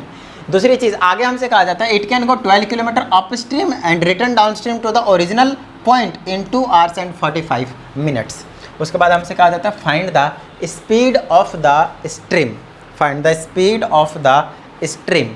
समझ में आ गई इतनी बात, डन है, ठीक है। चलिए आगे की बात कर लेते हैं। अब हम यहाँ पे, अब जा रहा है ऊपर और आ रहा है नीचे। अब हमसे वाला जाता है find the speed of the stream, कि जो पानी है, जो स्ट्रीम बोले तो पानी है ना, पानी की स्पीड क्या रही होगी। मतलब अब ना वो पानी जो है पहले जो आपके पास बोट का जो स्पीड दिया हुआ है वो स्टिल वाटर में, शांत पानी में दिया हुआ है, बट एक्चुअल में बाद में पानी को मूव भी कराया गया है। तो मूव करवाने वाली स्पीड कितनी स्ट्रीम की वो हमसे पूछी गई है। तो हम स्पीड कर लेंगे, let speed of stream is equal to x kilometre per hour. सिर्फ एक वेरिएबल इस बार रहेंगे, ध्यान रखिएगा, x किलोमीटर पर आवर, ठीक है इतनी बात। अच्छा अब मेरी बात ध्यान से सुनिएगा, यहाँ पे 2 तरह के जो चीज़ें हैं वो होने वाली है। मान लेते हैं कि पानी जो है वो ऊपर से नीचे गिर रहा है, गिर के आया, मतलब डायरेक्शन है एक तरीके से फ्लो करने का। मैं आपको समझाता हूँ, ऐसे मान लीजिए नदी है, पानी ना इस डायरेक्शन में फ्लो कर रहा है, डायरेक्शन में फिक्स कर देता हूँ, ये वाला डायरेक्शन है। अच्छे से समझ लीजिएगा इस वाले क्वेश्चन को, अच्छे से समझ लीजिएगा, बार बार कह रहा हूँ, क्योंकि इस टाइप का एक और क्वेश्चन है ये वाला, ये मैं नहीं बताऊँगा, बस इसमें हिंट दूंगा, एक बार जरूर बताऊंगा, एक बार कंसेप्ट कि एक्चुअल में कहाँ क्या गया, कैसे करना है ना। इक्वेशन भी तक बना कर दे दूंगा, कोई दिक्कत नहीं, कर लीजिएगा। तो स्पीड ऑफ स्ट्रीम हमने x मान लिया, इधर इस वाले डायरेक्शन में x किलोमीटर पर आवर की स्पीड से हमारी जो स्ट्रीम है वो जा रही है, ठीक है। यहाँ पे 2 केस अराइज होते हैं। अपस्ट्रीम और दूसरा डाउनस्ट्रीम, या फिर पहला डाउनस्ट्रीम कर दीजिए दूसरा अपस्ट्रीम कर दीजिए, एक ही बात है, उससे कुछ भी फ़र्क नहीं पड़ेगा। तो डाउनस्ट्रीम और अपस्ट्रीम के जो स्पीड होते हैं ना, बच्चे इसी में गलती कर जाते हैं, पता ही नहीं चलता कि हम स्पीड निकालें तो निकालें कैसे। समझ में आ गई बात इतनी? तो एक बात बताओ यार, फटाफट देखना अप स्ट्रीम की स्पीड क्या होने वाली है। मैं यहाँ पे आपको एक बार समझाता हूँ। मान लेते हैं कि पानी जो है वो इस डायरेक्शन में जा रहा है, हमारा जो वाटर है इस डायरेक्शन में जा रहा है, जो स्ट्रीम है उस डायरेक्शन में जा रहा है। हमारा बोट ना 11 की स्पीड से इधर जा रहा है, 11 किलोमीटर पर आवर की स्पीड से इधर जा रहा है। हमारा जो बोट है ना वो 11 किलोमीटर पर आवर की स्पीड से इधर जा रहा है। और कमाल वाली बात देखिएगा, हमारा जो बोट है ऊपर जा भी चुका है और वहाँ से वापस भी आया है। दोनों कहानी यहाँ पे हमसे बताई गई है। और डिस्टेंस कितना कवर किया है? 12 किलोमीटर कवर किया। चलो अच्छी बात है, वो देख लेंगे हम। 11 की स्पीड से गया, मतलब 100%। अगर बोट 11 की स्पीड से ऊपर चढ़ गया, मेरी बात ध्यान से सुनिएगा, अगर बोट 11 की स्पीड से स्ट्रीम के ऑपोजिट डायरेक्शन में भी चढ़ गया, मतलब 100% है कि स्ट्रीम की स्पीड 11 से कम रही होगी। वरना अगर स्ट्रीम इधर पानी का फ्लो 11 से ज़्यादा होता ना, तो ये बोट इधर से इधर चढ़ ही नहीं पाता, स्विंग बहा कर ले जाते। कौन? नदी का फ्लो, बोले तो वाटर का फ्लो, सिंपल सी बात है। समझ में आई इतनी बात? तो 100% यहाँ पे अब मैं जानना चाहता हूँ कि हमारा जो बोट है वो कितने की स्पीड से ऊपर गया होगा। अप स्ट्रीम की स्पीड क्या होगी? ये अप स्ट्रीम की क्या निकाल रहा हूँ मैं? Up speed. और ये डाउन स्ट्रीम की क्या निकालूंगा मैं? स्पीड। समझ में आई नहीं इतनी बात? ठीक है, अब कैसे निकालूंगा ना, उसको बस अच्छे ध्यान से देखिएगा, बस यहीं पे बच्चों को प्रॉब्लम होती है। तो अगर मैं ऐसे के एग्जांपल लेता कि पानी ना 2 किलोमीटर के फ्लो से, या फिर 3 किलोमीटर ले लेता हूँ मैं, 3 की स्पीड से जा रहा है पानी ना, 3 किलोमीटर पर आवर की स्पीड से इस डायरेक्शन में जा रहा है। आप इधर 11 की स्पीड से जा रहे हैं, मेरी बात ध्यान से सुनिएगा। तब पता है आप क्या करेंगे? हमारी जो बोट की स्पीड है ना, एक्चुअल जो हमारी स्पीड है बोट की, वो है 8 किलोमीटर प्रति घंटा, 8 किलोमीटर पर आवर। कैसे पता चला सर? तो भैया हमारी बोट तो 11 की स्पीड से जा रही है, लेकिन पानी का भी तो फ्लो है ना 3 का ऑपोजिट डायरेक्शन में, तो 3 किलोमीटर पर आवर की स्पीड से हमारे बोट को रोका जा रहा है, मतलब हमारी स्पीड जो होगी वो कम हो गई होगी। कभी ऐसा ट्राई करना, मज़ा सा आ जाएगा पानी में, है ना। कि आप जा रहे हो नॉर्मल, जब गाड़ी चलाते हो 40 की स्पीड से चला रहे हो रोड पे, पानी आ जाता है, पानी का फ्लो आपकी तरफ है, पानी अगर 20 की स्पीड से आपकी तरफ आ रहा है ना, आप इधर से 40 की स्पीड से जाएंगे, तो एक्चुअल में पानी में भी आपकी स्पीड स्लो हो जाएगी। आप 20 की स्पीड से जा रहे होंगे, क्योंकि आप 40 की स्पीड से जा रहे थे, पानी उधर 20 की स्पीड से आया, आपकी स्पीड 20 कम कर दी गई है।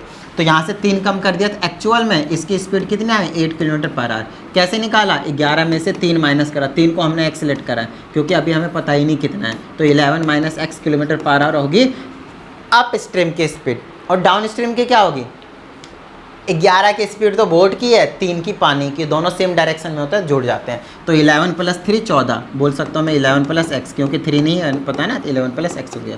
इस तरह से हम यहाँ पे काम करने वाले हैं। समझ में आई ना बात? इतनी डन है। अब यहाँ से अपने को क्या करना है? 12 किलोमीटर ऊपर जाता है ना, और 12 किलोमीटर वापस भी आता है इनिशियल पोजीशन पे, मतलब 100% कितने हो गए? 24। वो तो खैर कोई दिक्कत वाली बात नहीं है, आपको पता होना चाहिए टाइम कितना लगता था, 2 आवर 45 मिनट्स।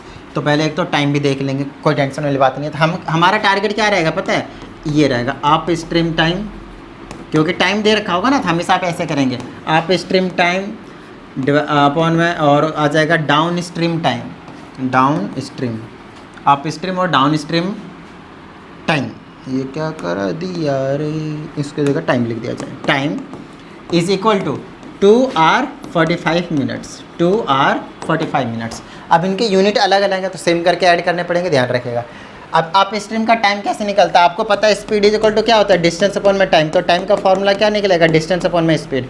डिस्टेंस कितना आप स्ट्रीम में? 12। टाइम कितना है? सॉरी, नीचे स्पीड आ जाएगा। आप स्ट्रीम की स्पीड हमने बताई 11 - x, प्लस में डाउन स्ट्रीम डिस्टेंस कितना है? 12, क्योंकि जहाँ से गया था वहीं पे वापस इनिशियल पोजीशन पे आ चुका है। टाइम टाइम कह रहा हूँ, स्पीड है ना, टाइम निकाल रहे हैं, तो डिस्टेंस अपॉन में speed, distance upon speed, distance upon speed. अब की बार क्या? 11 + x is equal to 2 hour 45 minutes है ना। तो 2 घंटे को ऐसे रखता हूँ प्लस में, इसको घंटे में बदल देता हूँ, तो 60 से हमें क्या करना पड़ेगा? डिवाइड। 15 × 45, 15 × 4 = 60, तो 2 आवर प्लस में 3/4 आवर हो जाएगा। अब इसको एलसीएम लेकर ऐड कर देता हूँ। 8 8 दूना 16 प्लस में 4 दूनी 8 है ना, 4 दूनी 8, 4 दूनी 8, 2 दिया 6, तो होगा 16 × 6 22, 22/8, 11/4, 11/4 घंटे 11/4 हो गया है ना, आर्स में ले लिया मैंने और कुछ नहीं। आप चाहे मिनट में भी ले सकते, कोई टेंशन वाली बात नहीं है, लेकिन मिनट में लेंगे तो हो जाएगी प्रॉब्लम, नहीं ले सकते ध्यान से, क्योंकि आर में पर आर में आपकी स्पीड, ध्यान से थोड़ा आर में लेना पड़ेगा आपको। तो यहाँ से क्या कीजिए 12 ना कॉमन ले लीजिए, थोड़ा सा ईजी पड़ेगा और कुछ नहीं। तो यहाँ बच जाएगा 1/11 - x और प्लस में यहाँ पे बच जाएगा 1/11 + x इज इक्वल टू 11/4। अब ये जो 12 आपने कॉमन लिया ना उसको उधर भेज दीजिए, तो आ जाएगा 1/11 - x प्लस में 1/11 x 11 + x is equal to 11/4। और ये जो 12 है ना इधर आएगा, नीचे डिवाइड में, ऊपर वाले के डिवाइड में रहता है लेकिन नीचे वाले के मल्टीप्लाई में रहता है, ध्यान रखिएगा। ये जो 12 जाता है ना नीचे वाले के इधर मल्टीप्लाई डिवाइड में जा रहा है, जब फ्रैक्शनल वैल्यू रहती है इधर तो नीचे वाले के मल्टीप्लाई में रहता है लेकिन ऊपर वाले के डिवाइड में रहता है हमेशा, ठीक है। चलिए इसको सॉल्व कर दीजिए, एल्सियम ले लीजिए। बच्चों को प्रॉब्लम होती है एल्सियम लेने में, मल्टीप्लाई में लिख दिया करो 2 ब्रैकेट में ऐसे लगाकर, ठीक है। चलिए इससे इसको डिवाइड करेंगे कट जाएगा, इससे ऊपर करेंगे तो 11 प्लस का x आ जाएगा, प्लस का ये कट जाएगा, ये आ जाएगा तो 11 माइनस का x आ जाएगा इज इक्वल टू 11/12 लिख लूँगा। चलिए इसको आगे मैं सॉल्व कर देता हूँ। यहाँ से x उड़ जाएगा, 11 11 22 आ जाएगा डिवाइडेड बाय में, यहाँ पे क्या आ जाएगा मेरे पास a minus B, a plus B का क्या होता है formula, a² minus b²। a² मतलब 11 का स्क्वायर 121 माइनस का, b² मतलब x² is equal to 11/48। Cross multiply कर दीजिए, इससे इसको कर दीजिए तो कितना आ जाएगा 1 x नहीं बचा ना आपकी बार, तो ये तो और भी आसान हो गया क्वेश्चन। 121 और 11 से मल्टीप्लाई कर देंगे कितना आ जाएगा 343 ऐसे कुछ आ जाता है, 121 1331 आता है, हाँ 1331 आता है, तो ये आ जाएगा 121 121 1331 से आएगा, यस 1331 और माइनस का 11x² इज इक्वल टू 22 और 48 को मल्टीप्लाई करना पड़ेगा। चलिए वो तो खैर कर लेंगे, सॉल्व कर देते हैं। तो 1331 ऐसे रखता हूँ, ये पॉजिटिव की वैल्यू होगी तो मल्टीप्लाई करके देख लेता हूँ कितना आएगा, 48 दूना 96, 48 दूना 96, 9 से 15 1 10 1056 है ना, 1056। तो ये प्लस का होगा तो इधर माइनस हो जाएगा 1056 और इज इक्वल टू बचेगा 11x²। ये माइनस का तो उधर भैया प्लस का, ये प्लस का था इधर ले माइनस का, माइनस कर देते हैं तो 1331 में 1056 माइनस कर दिया, 11 में 6 गया 5, 12 में 5 गया 7, 2 का 2 275। ऐसा नहीं आना चाहिए यार, ये मुझे मज़ा नहीं आया। जस्ट लेट मी चेक, 1 इसको दिया, 11 में 6 गया 5, 2 बचा, 12 में 5 गया 7 बचा, यहाँ पे 2 बच गया, ठीक है करा तो यार सही है। नहीं ठीक है, अभी काम ना चल जाएगा, अभी काम चल जाएगा क्योंकि स्क्वायर भी उधर, मुझे लगा ये स्क्वायर रूट बनेगा नहीं तो मज़ा नहीं आएगा। इधर 11 बेस के साथ 11 से डिवाइड कर दीजिए, डिवाइड करेंगे 11 इज इक्वल टू x² आ जाएगी, है ना। अब इसको डिवाइड करेंगे तो 11 दूनी 22 और 5 11 × 5 = 55, बिल्कुल सही है, एकदम सही सॉल्व करें। चलो भाई आगे x की वैल्यू निकालेंगे तो अंडर रूट में 5 आ जाएगा, तो x की वैल्यू ध्यान रखिएगा प्लस माइनस में आएगा, हालांकि माइनस में हम इग्नोर कर देंगे माइनस वाली वैल्यू को, है ना, क्योंकि x क्या है मेरे पास स्पीड है, तो ये आ जाएगा 5 √ 25 5 km/h। ये आपके पास स्ट्रीम जो पानी का बहाव था उसका फ्लो का स्पीड है, मतलब 5 100% 11 से कम तो आना ही था। नेगेटिव वैल्यू बोल दीजिएगा, as speed can not be negative, इस टाइप से आपने क्या कर दिया इग्नोर कर दिया। नोट डाउन कर लीजिएगा, मैं मिटा रहा हूँ इसको क्योंकि हमें और भी क्वेश्चंस करने हैं। तो क्वेश्चन आपके पास बहुत ज़्यादा छोटे छोटे होते हैं तो ज़्यादा टेंशन लेने की ज़रूरत नहीं है, हो ही जाएंगे ये तो, है ना, ये तो क्वेश्चन हो ही जाएंगे। चलो भाई आगे की बात कर लेते हैं हम। आप लोगों को इक्वेशन तो क्वाड्रेटिक मिडल टर्म भी आता ही होगा, क्वाड्रेटिक फार्मूला भी लगाना आता होगा, एटलीस्ट बेसिक चीज़ें तो देखो चाहिए होता है। इंपॉर्टेंट क्वेश्चंस को करने के लिए ना बेसिक चीज़ें आपको हमेशा आनी ही चाहिए, ऐसा नहीं होता कि इंपॉर्टेंट क्वेश्चन आपको डायरेक्टली आ जाएंगे। तो बेसिक चीज़ों पे थोड़ा सा प्रॉपर तरीके से ध्यान रखिएगा, ठीक है ना। चलिए और अब हम आगे अगले क्वेश्चन पे आ जाते हैं। अगला क्वेश्चन तो बहुत ज़्यादा आसान है, अगला क्वेश्चन आपके पास बहुत ज़्यादा आसान है। इसमें कहा जाता है find the set of values, इसमें कहा जाता है आपके पास find the set of values of K की बहुत सारे वैल्यूज़ बताइए, बहुत सारी क्या मतलब 2 ही निकलेंगे यहाँ पे, जिसके लिए इसके ना बस इक्वल रूट्स हैं। जब इक्वल रूट्स होते हैं तो डिस्क्रिमिनेंट क्या होता है इक्वल टू 0, मतलब डी की वैल्यू 0 और डी का फॉर्मूला होता है b² - 4ac = 0। यहाँ से abc की वैल्यू निकाल दीजिए, इक्वेशन है 2x² प्लस का kx प्लस का 2 = 0, b की जगह k है तो k² - 4 ऐसे रखिए, a की जगह x² का कोफिशिएंट 2 हो गया और c की जगह पर 2 हो गया = 0। ये आ गया k² -8 दूनी 8 2 16 = 0, k² ऐसे रखे -16 उधर चला गया +16, k की वैल्यू निकालिएगा √16 हमेशा प्लस माइनस में, यहाँ पे आप प्लस माइनस में लिख सकते हैं 4, कोई दिक्कत नहीं। यहाँ पे आप नेगेटिव वैल्यू को इग्नोर मत कर दीजिएगा। तो यही आपके पास सेट, यही बोला ना आपके पास find the value set of values, तो ये +-4 आ जाएंगे, खत्म बात, ठीक है, हो गया क्वेश्चन। क्वेश्चन आपके पास बहुत ही आसान से होते हैं, ठीक है ना, सिर्फ आपको थोड़ा सा दिमाग लगाना होता है। आगे हमसे क्या कहा जाता है वो चीज़ चेकआउट कर लेते हैं। इसमें कहा जाता है, यहाँ पे अगर क्वेश्चन ऐसा दे देता कि भाई साहब इक्वल रूट्स नहीं है, डिस्टिंक्ट रूट है और इक्वल तो है नहीं, डिस्टिंक्ट तो हो गया, और रियल रूट्स है, तो इस केस में आप क्या करते हैं पता है, डी इज़ ग्रेटर देन 0, तो डी की जगह सेम कुछ रहता है, बस इनक्वालिटी में आंसर आता है और आपको इनक्वालिटी सॉल्व करना आता है, बस हो गया क्वेश्चन। ठीक है ना, चलिए आगे की बात करते हैं। अगले क्वेश्चन में कहा जाता है the product of two consecutive positive integer is 306, find the integers. Positive integer की बात कर रहा हूँ मैं, पॉजिटिव इंटीजर, और अब की बार बोला है कॉन्जिक्यूटिव होने चाहिए, वो क्या होने चाहिए आपके पास, कॉन्जिक्यूटिव होने चाहिए। तो कॉन्जिक्यूटिव होने के लिए क्या करना है, देखिए मैं आपको समझाता हूँ। Product of two consecutive positive integer, consecutive number वो होते हैं जो लगातार पाए जाते हैं, जैसे एक नंबर बोला 10 तो अगला नंबर 100% 11 होगा, तो एक नंबर को अगर आपने x सिलेक्ट करा ना तो उससे अगला वाला होगा x+1। अब कई बच्चे बोलेंगे सर एक 10 है तो x-1 करके 9 भी तो कर सकता हूँ, कोई टेंशन वाली बात नहीं होगी क्योंकि 9 और 10 भी तो लगातार है, अच्छी बात है।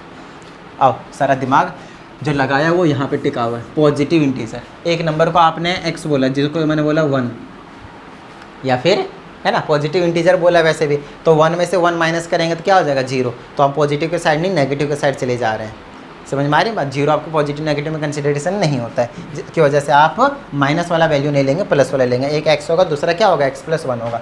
इनका प्रोडक्ट 306 है, प्रोडक्ट मतलब मल्टीप्लाई होता है, तो x और दूसरे को मल्टीप्लाई कर दिया किसके इक्वल 306 के, दोनों से मल्टीप्लाई करेंगे x² प्लस का x आ जाएगा, अंदर लाएंगे माइनस का 306। आपको क्वाड्रेटिक सॉल्व करना आता है, यहाँ से x के 2 वैल्यू निकलेंगे, एक निकलेगा पॉजिटिव एक निकलेगा नेगेटिव, मैक्सिमम चांसेस हैं। अगर दोनों पॉजिटिव है तब तो कोई दिक्कत नहीं, वैलिड होगा, लेकिन एक जहाँ तक मुझे आइडिया एक नेगेटिव आएगा, पॉजिटिव। नेगेटिव को इग्नोर कीजिएगा क्योंकि हमें पॉजिटिव वैल्यू लेना है। मान लीजिए पॉजिटिव आ गया है ना, तो यहाँ पे मान लीजिए 14 आ गया तो 14 + 1 करेंगे 15, और अगर 13 आ गया 13 + 1 करेंगे तो 14, तो 13 और 14 आपके पास आंसर आ जाएगा, क्योंकि 2 कॉन्जिक्यूटिव नंबर यही तो लेट करा था ना, छोटा सा क्वेश्चन। ठीक है इतनी बात, चलिए अगले क्वेश्चन के आप पास आ जाते हैं। अच्छे अच्छे क्वेश्चन करते हैं, ये तो वैसे नॉर्मल सा क्वेश्चन है। ये हो गया आपके पास, ये हो गया, आई हाय। अब बस वाला क्वेश्चन है, ट्रेन वाला क्वेश्चन बहुत ज़्यादा इंपॉर्टेंट। इसमें कितने दे रखे हैं, एक और एक, ये 2 क्वेश्चन दे रखे हैं। फिर बोट वाला आपको मैं थोड़ा सा हिंट दूंगा बस, उसके बाद एक क्वेश्चन ये बहुत ज़्यादा इंपॉर्टेंट, ये वाला मैं आप लोगों को करवाऊंगा। ठीक है ना, अभी करवाऊंगा, कोई टेंशन वाली बात नहीं है। ठीक है आगे चलिए। इसमें कहा जाता है ये बस covers 240 kilometre at a uniform speed. Due to heavy rain, its speed gets reduced by 10 km/h. As such, it takes 2 hours longer to cover the total distance. अब इस टाइप के क्वेश्चंस के लिए ना आपको कुछ नहीं करना, 2 अलग अलग बेसिकली टाइम पीरियड जो है वो आपको निकालना है। मैं आपको यहाँ पे बताता हूँ, 2 केस करने पड़ेंगे।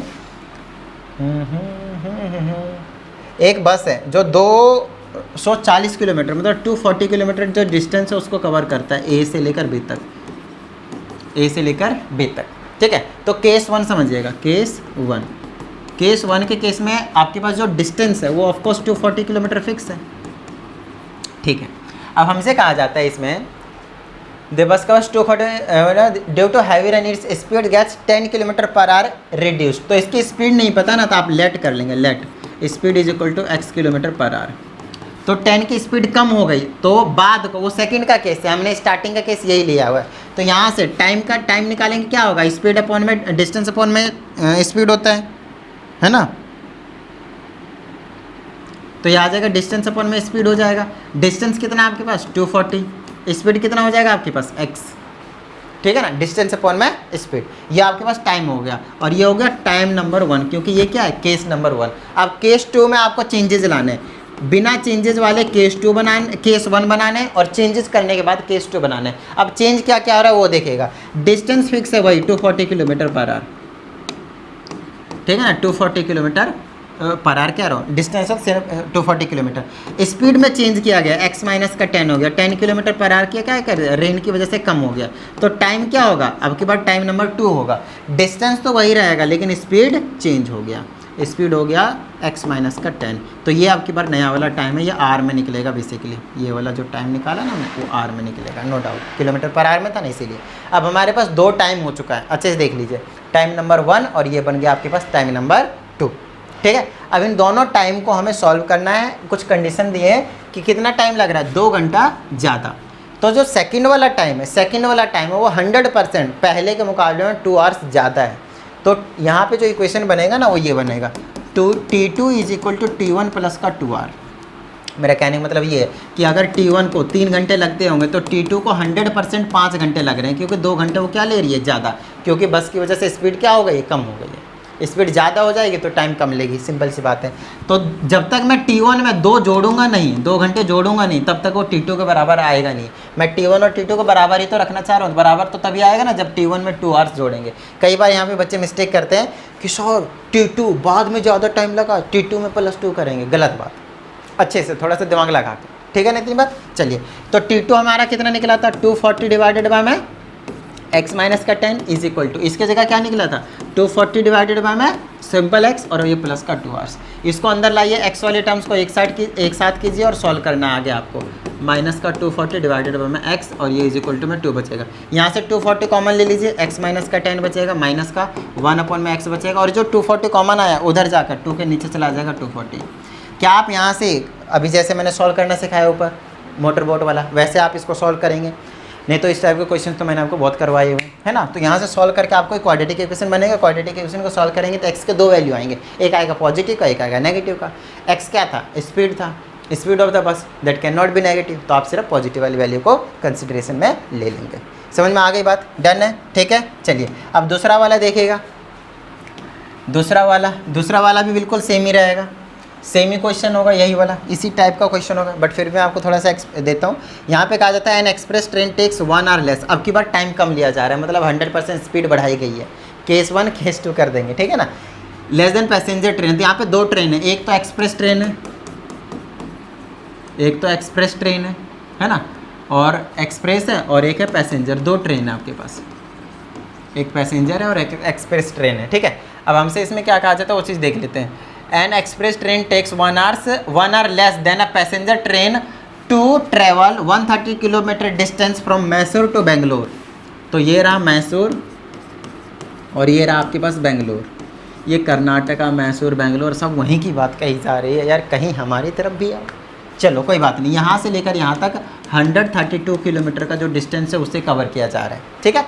अच्छा आगे चेकआउट कर लेते हैं। अब हमसे क्या कहा जाता है इसमें, बीच के स्टॉपेज को आपको इग्नोर करना है। If the average speed of the express train is 11 kilometre more than that of passenger train, find the average speeds of the 2 train. No problem.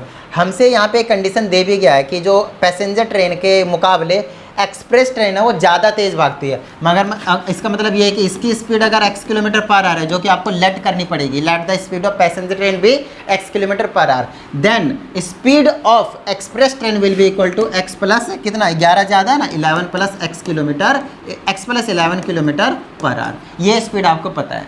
तो एक्सप्रेस के केस में 3 केस बनेंगे। देखिए मान लीजिए पैसेंजर को T1 कहता हूँ मैं, पैसेंजर को टाइम पीरियड पहला वाला बोलते हैं इसको, दूसरा क्योंकि हमने इसको लेट करा है इसीलिए।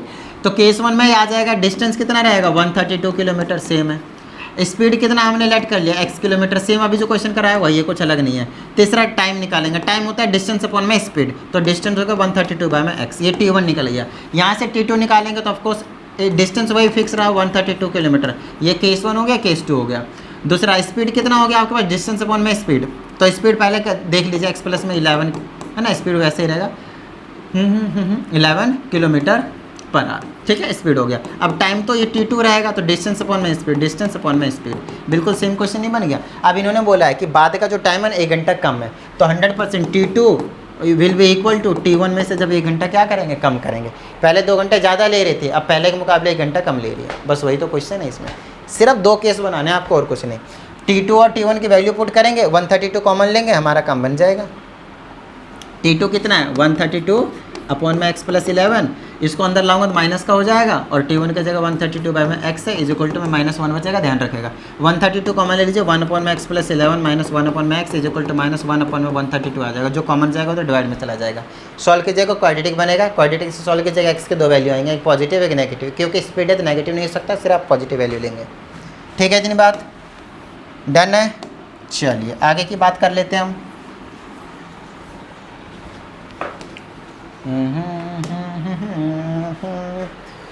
ठीक ठीक ठीक है, ओके। तो ये भी हो चुका। अच्छा मोटर बोट, ये वाला क्वेश्चन, आई हाई हाई हाई हाई, अच्छे से समझिएगा इसमें क्या बोला है भाई। ये वाला क्वेश्चन, इसमें कहा जाता है motor boat goes 12 kilometre down stream and up stream after this much up. बिल्कुल सेम क्वेश्चन यही वाला है, लेकिन बस इसमें कंडीशन क्या है वो देखेगा, यहाँ पे चेंज कर दिया। The speed of the current is 2 kilometre per our. Speed of the current, current का मतलब है जो स्ट्रीम है ना, अब की बार आपको यहाँ पे उसकी स्पीड दी गई है, मतलब उस क्वेश्चन का ठीक थोड़ा सा उल्टा कर दिया है। मतलब जब अब की बार ना क्या करेंगे, अप स्ट्रीम जाएंगे ना, अप स्ट्रीम, अब की बार जब मैं यहाँ पे अप स्ट्रीम में जाऊँगा, अप स्ट्रीम, तो क्या होने वाला है, तो क्या होने वाला है बहुत अच्छे तरीके से समझिएगा।